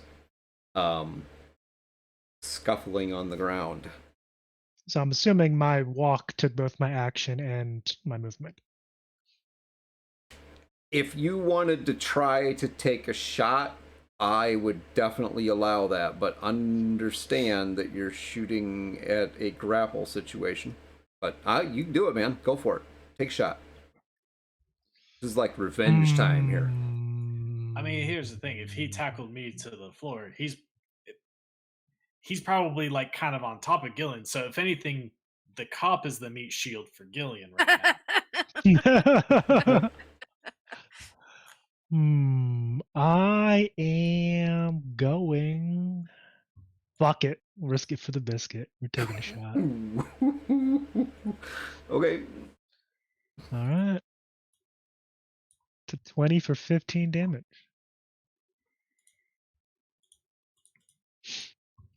What's your SB, Gillian? Me? Mhm. 18. 18. You gave me this armor. No, I did. And You and you feel yourself get shot. It doesn't penetrate, but you feel yourself get shot. You don't Does know he who have enough shot you. Does he have enough movement for his head to be able to like look over who shot him? I'm gonna say yeah. Alright. I'll give you that. So, Roland, you just see his head like turn towards you and goes, "Nice aim, jackass!" And he shoots again. Give me a roll. It's a 24.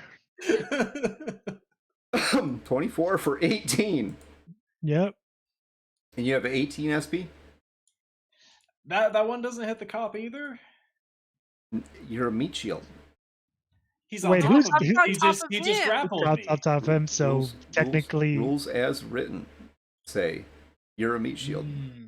I don't know. I'm gonna call bullshit on that. If the cop's on top of him and he's the All right, cop is providing. if it makes you feel any better, the cop rolled him over so that Gillian is now on top. Well, it's equal to my SP, so that's still not dealing any damage. But they are armor piercing rounds, so your armor was just abated by 1.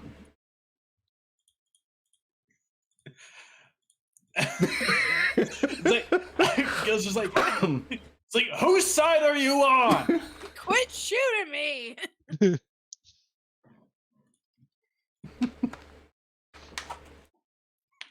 All right, Yogi.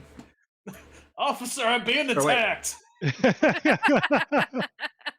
Wait, Gillian is up at this point. Officer, I'm being attacked. Yeah, I'll get right on that.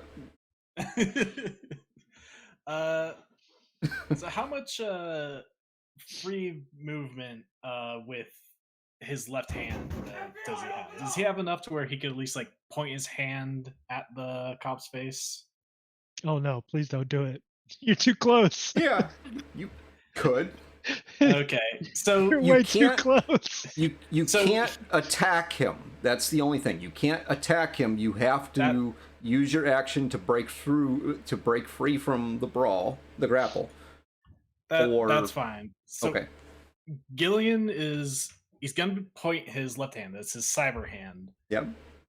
Or arm at the cop's face, and the cop just sees the hand just kind of like slide down as a small thing pops up, and he is suddenly staring down a barrel of a weapon in Gillen's arm. And he just says to him, like, "You won't let me go now."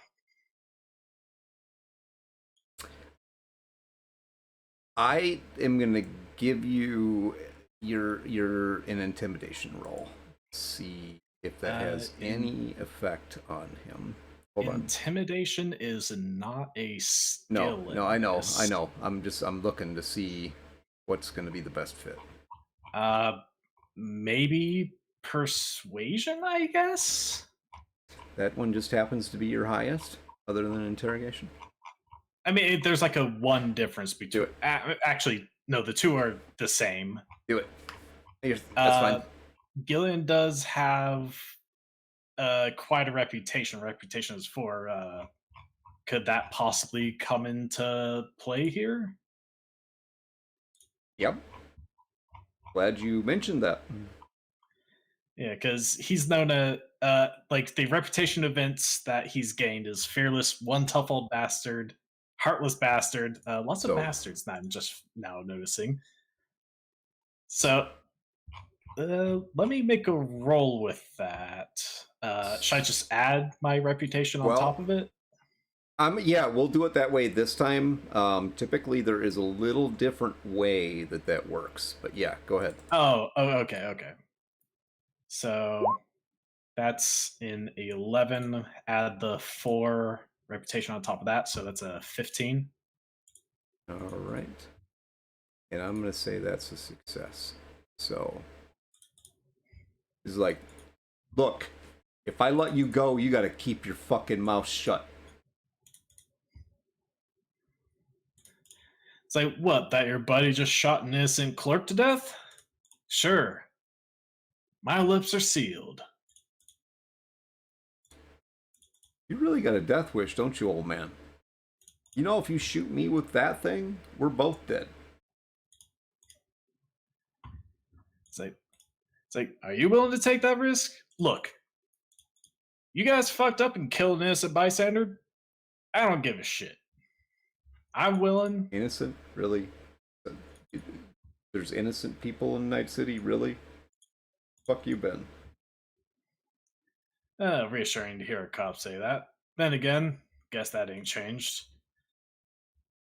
Look, let me go. Me and my boys. Seems the information we got here was bad, so let us go. We'll go our quiet ways, quiet separate ways, and don't gotta be no more trouble. Or we could roll the dice and shoot this thing and see who comes out alive. I'm known as the tough bastard. Are you? He'll do it. Just roll a pipe up and say that. Yeah, he's like, he'll do it.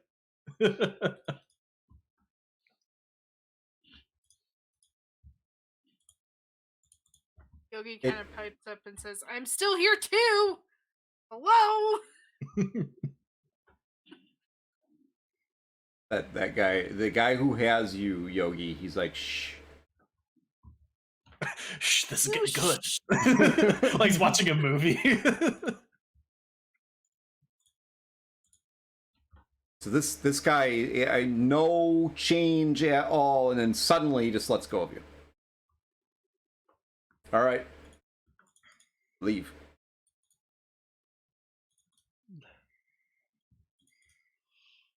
Right. Gillen gets up. He looks over at the guy who has Yogi. He lets her go. Yeah, she takes off. Think twice.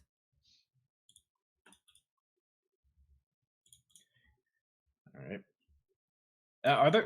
Are there communications still jammed? Like Gillian tries communicating, because the only person who isn't right here would be Mel, right? Yeah, at this point.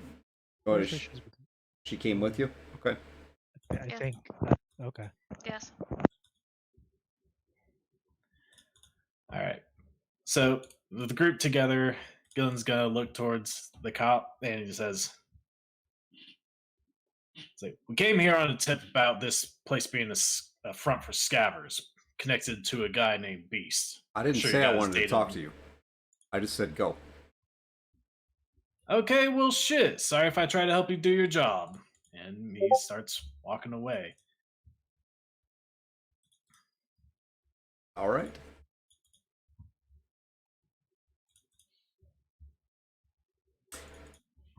Are you all leaving at this point? Yeah. Yep. Oh, we're kind of defeated at this point. Well, I don't know. I think both sides of this took their lumps, and you guys fared pretty well. I mean, you took down 5 of the 8 assailants, and none Still of feels like a fail, though. you didn't find the bad guy. I mean, if Gillian wanted to be an asshole, he could fire that grenade as he's walking away. So damn elusive, this fucking Beast guy. Yeah, for He's a someone real named the big bad. Beast, he really does hide a lot. Assuming he was even here to begin with. Named the Beast. Yeah, you guys have met the Beast before, so Yeah, like on 2 occasions. yeah. And he Yep. took one of our peoples. He did. I was gonna assume after the shit he said earlier, if Beast didn't emerge after that, he's not even here. Roll it out. We're not going to know, not in this episode. Mm. So, yeah, for a pickup game, not bad. A little rougher than usual tonight, I think. I don't know. What do you think? It was interesting, fun. We had our fun moments. Yeah, we had a moment. Yes. Well, I tried to stick a little bit closer to what the versus our own version of the system, a little bit closer to some of the rules that are out there, and there are some that I love the cyberpunks. There's things, there's obviously going to be things that every game is its own game. GM players, kind of form what that's going to be. Take the basic idea and then you create your own little world based in that. And yeah, we have definitely done that with our own worlds.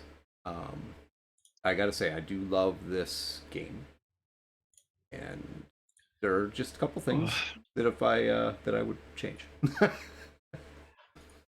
But all right, awesome. Thank you guys very much for being here tonight. I hope you did have some fun. It was a little wild and wacky, a little slow in the beginning, but we got things rolling. Next week will be GaryCon, so I will be focused entirely on that. And I know Rob and Matt will also, so we're not planning on having a game next week. Thank you to Jenny and Chloe for being here tonight. I'm glad you guys both decided you wanted to jump in on this little one-shot deal that we decided to do tonight. Mess some things up. Introduce Gillian, which is pretty cool. I like introducing Gillian to things. He's just fun. Mm-hmm. He is a fun character.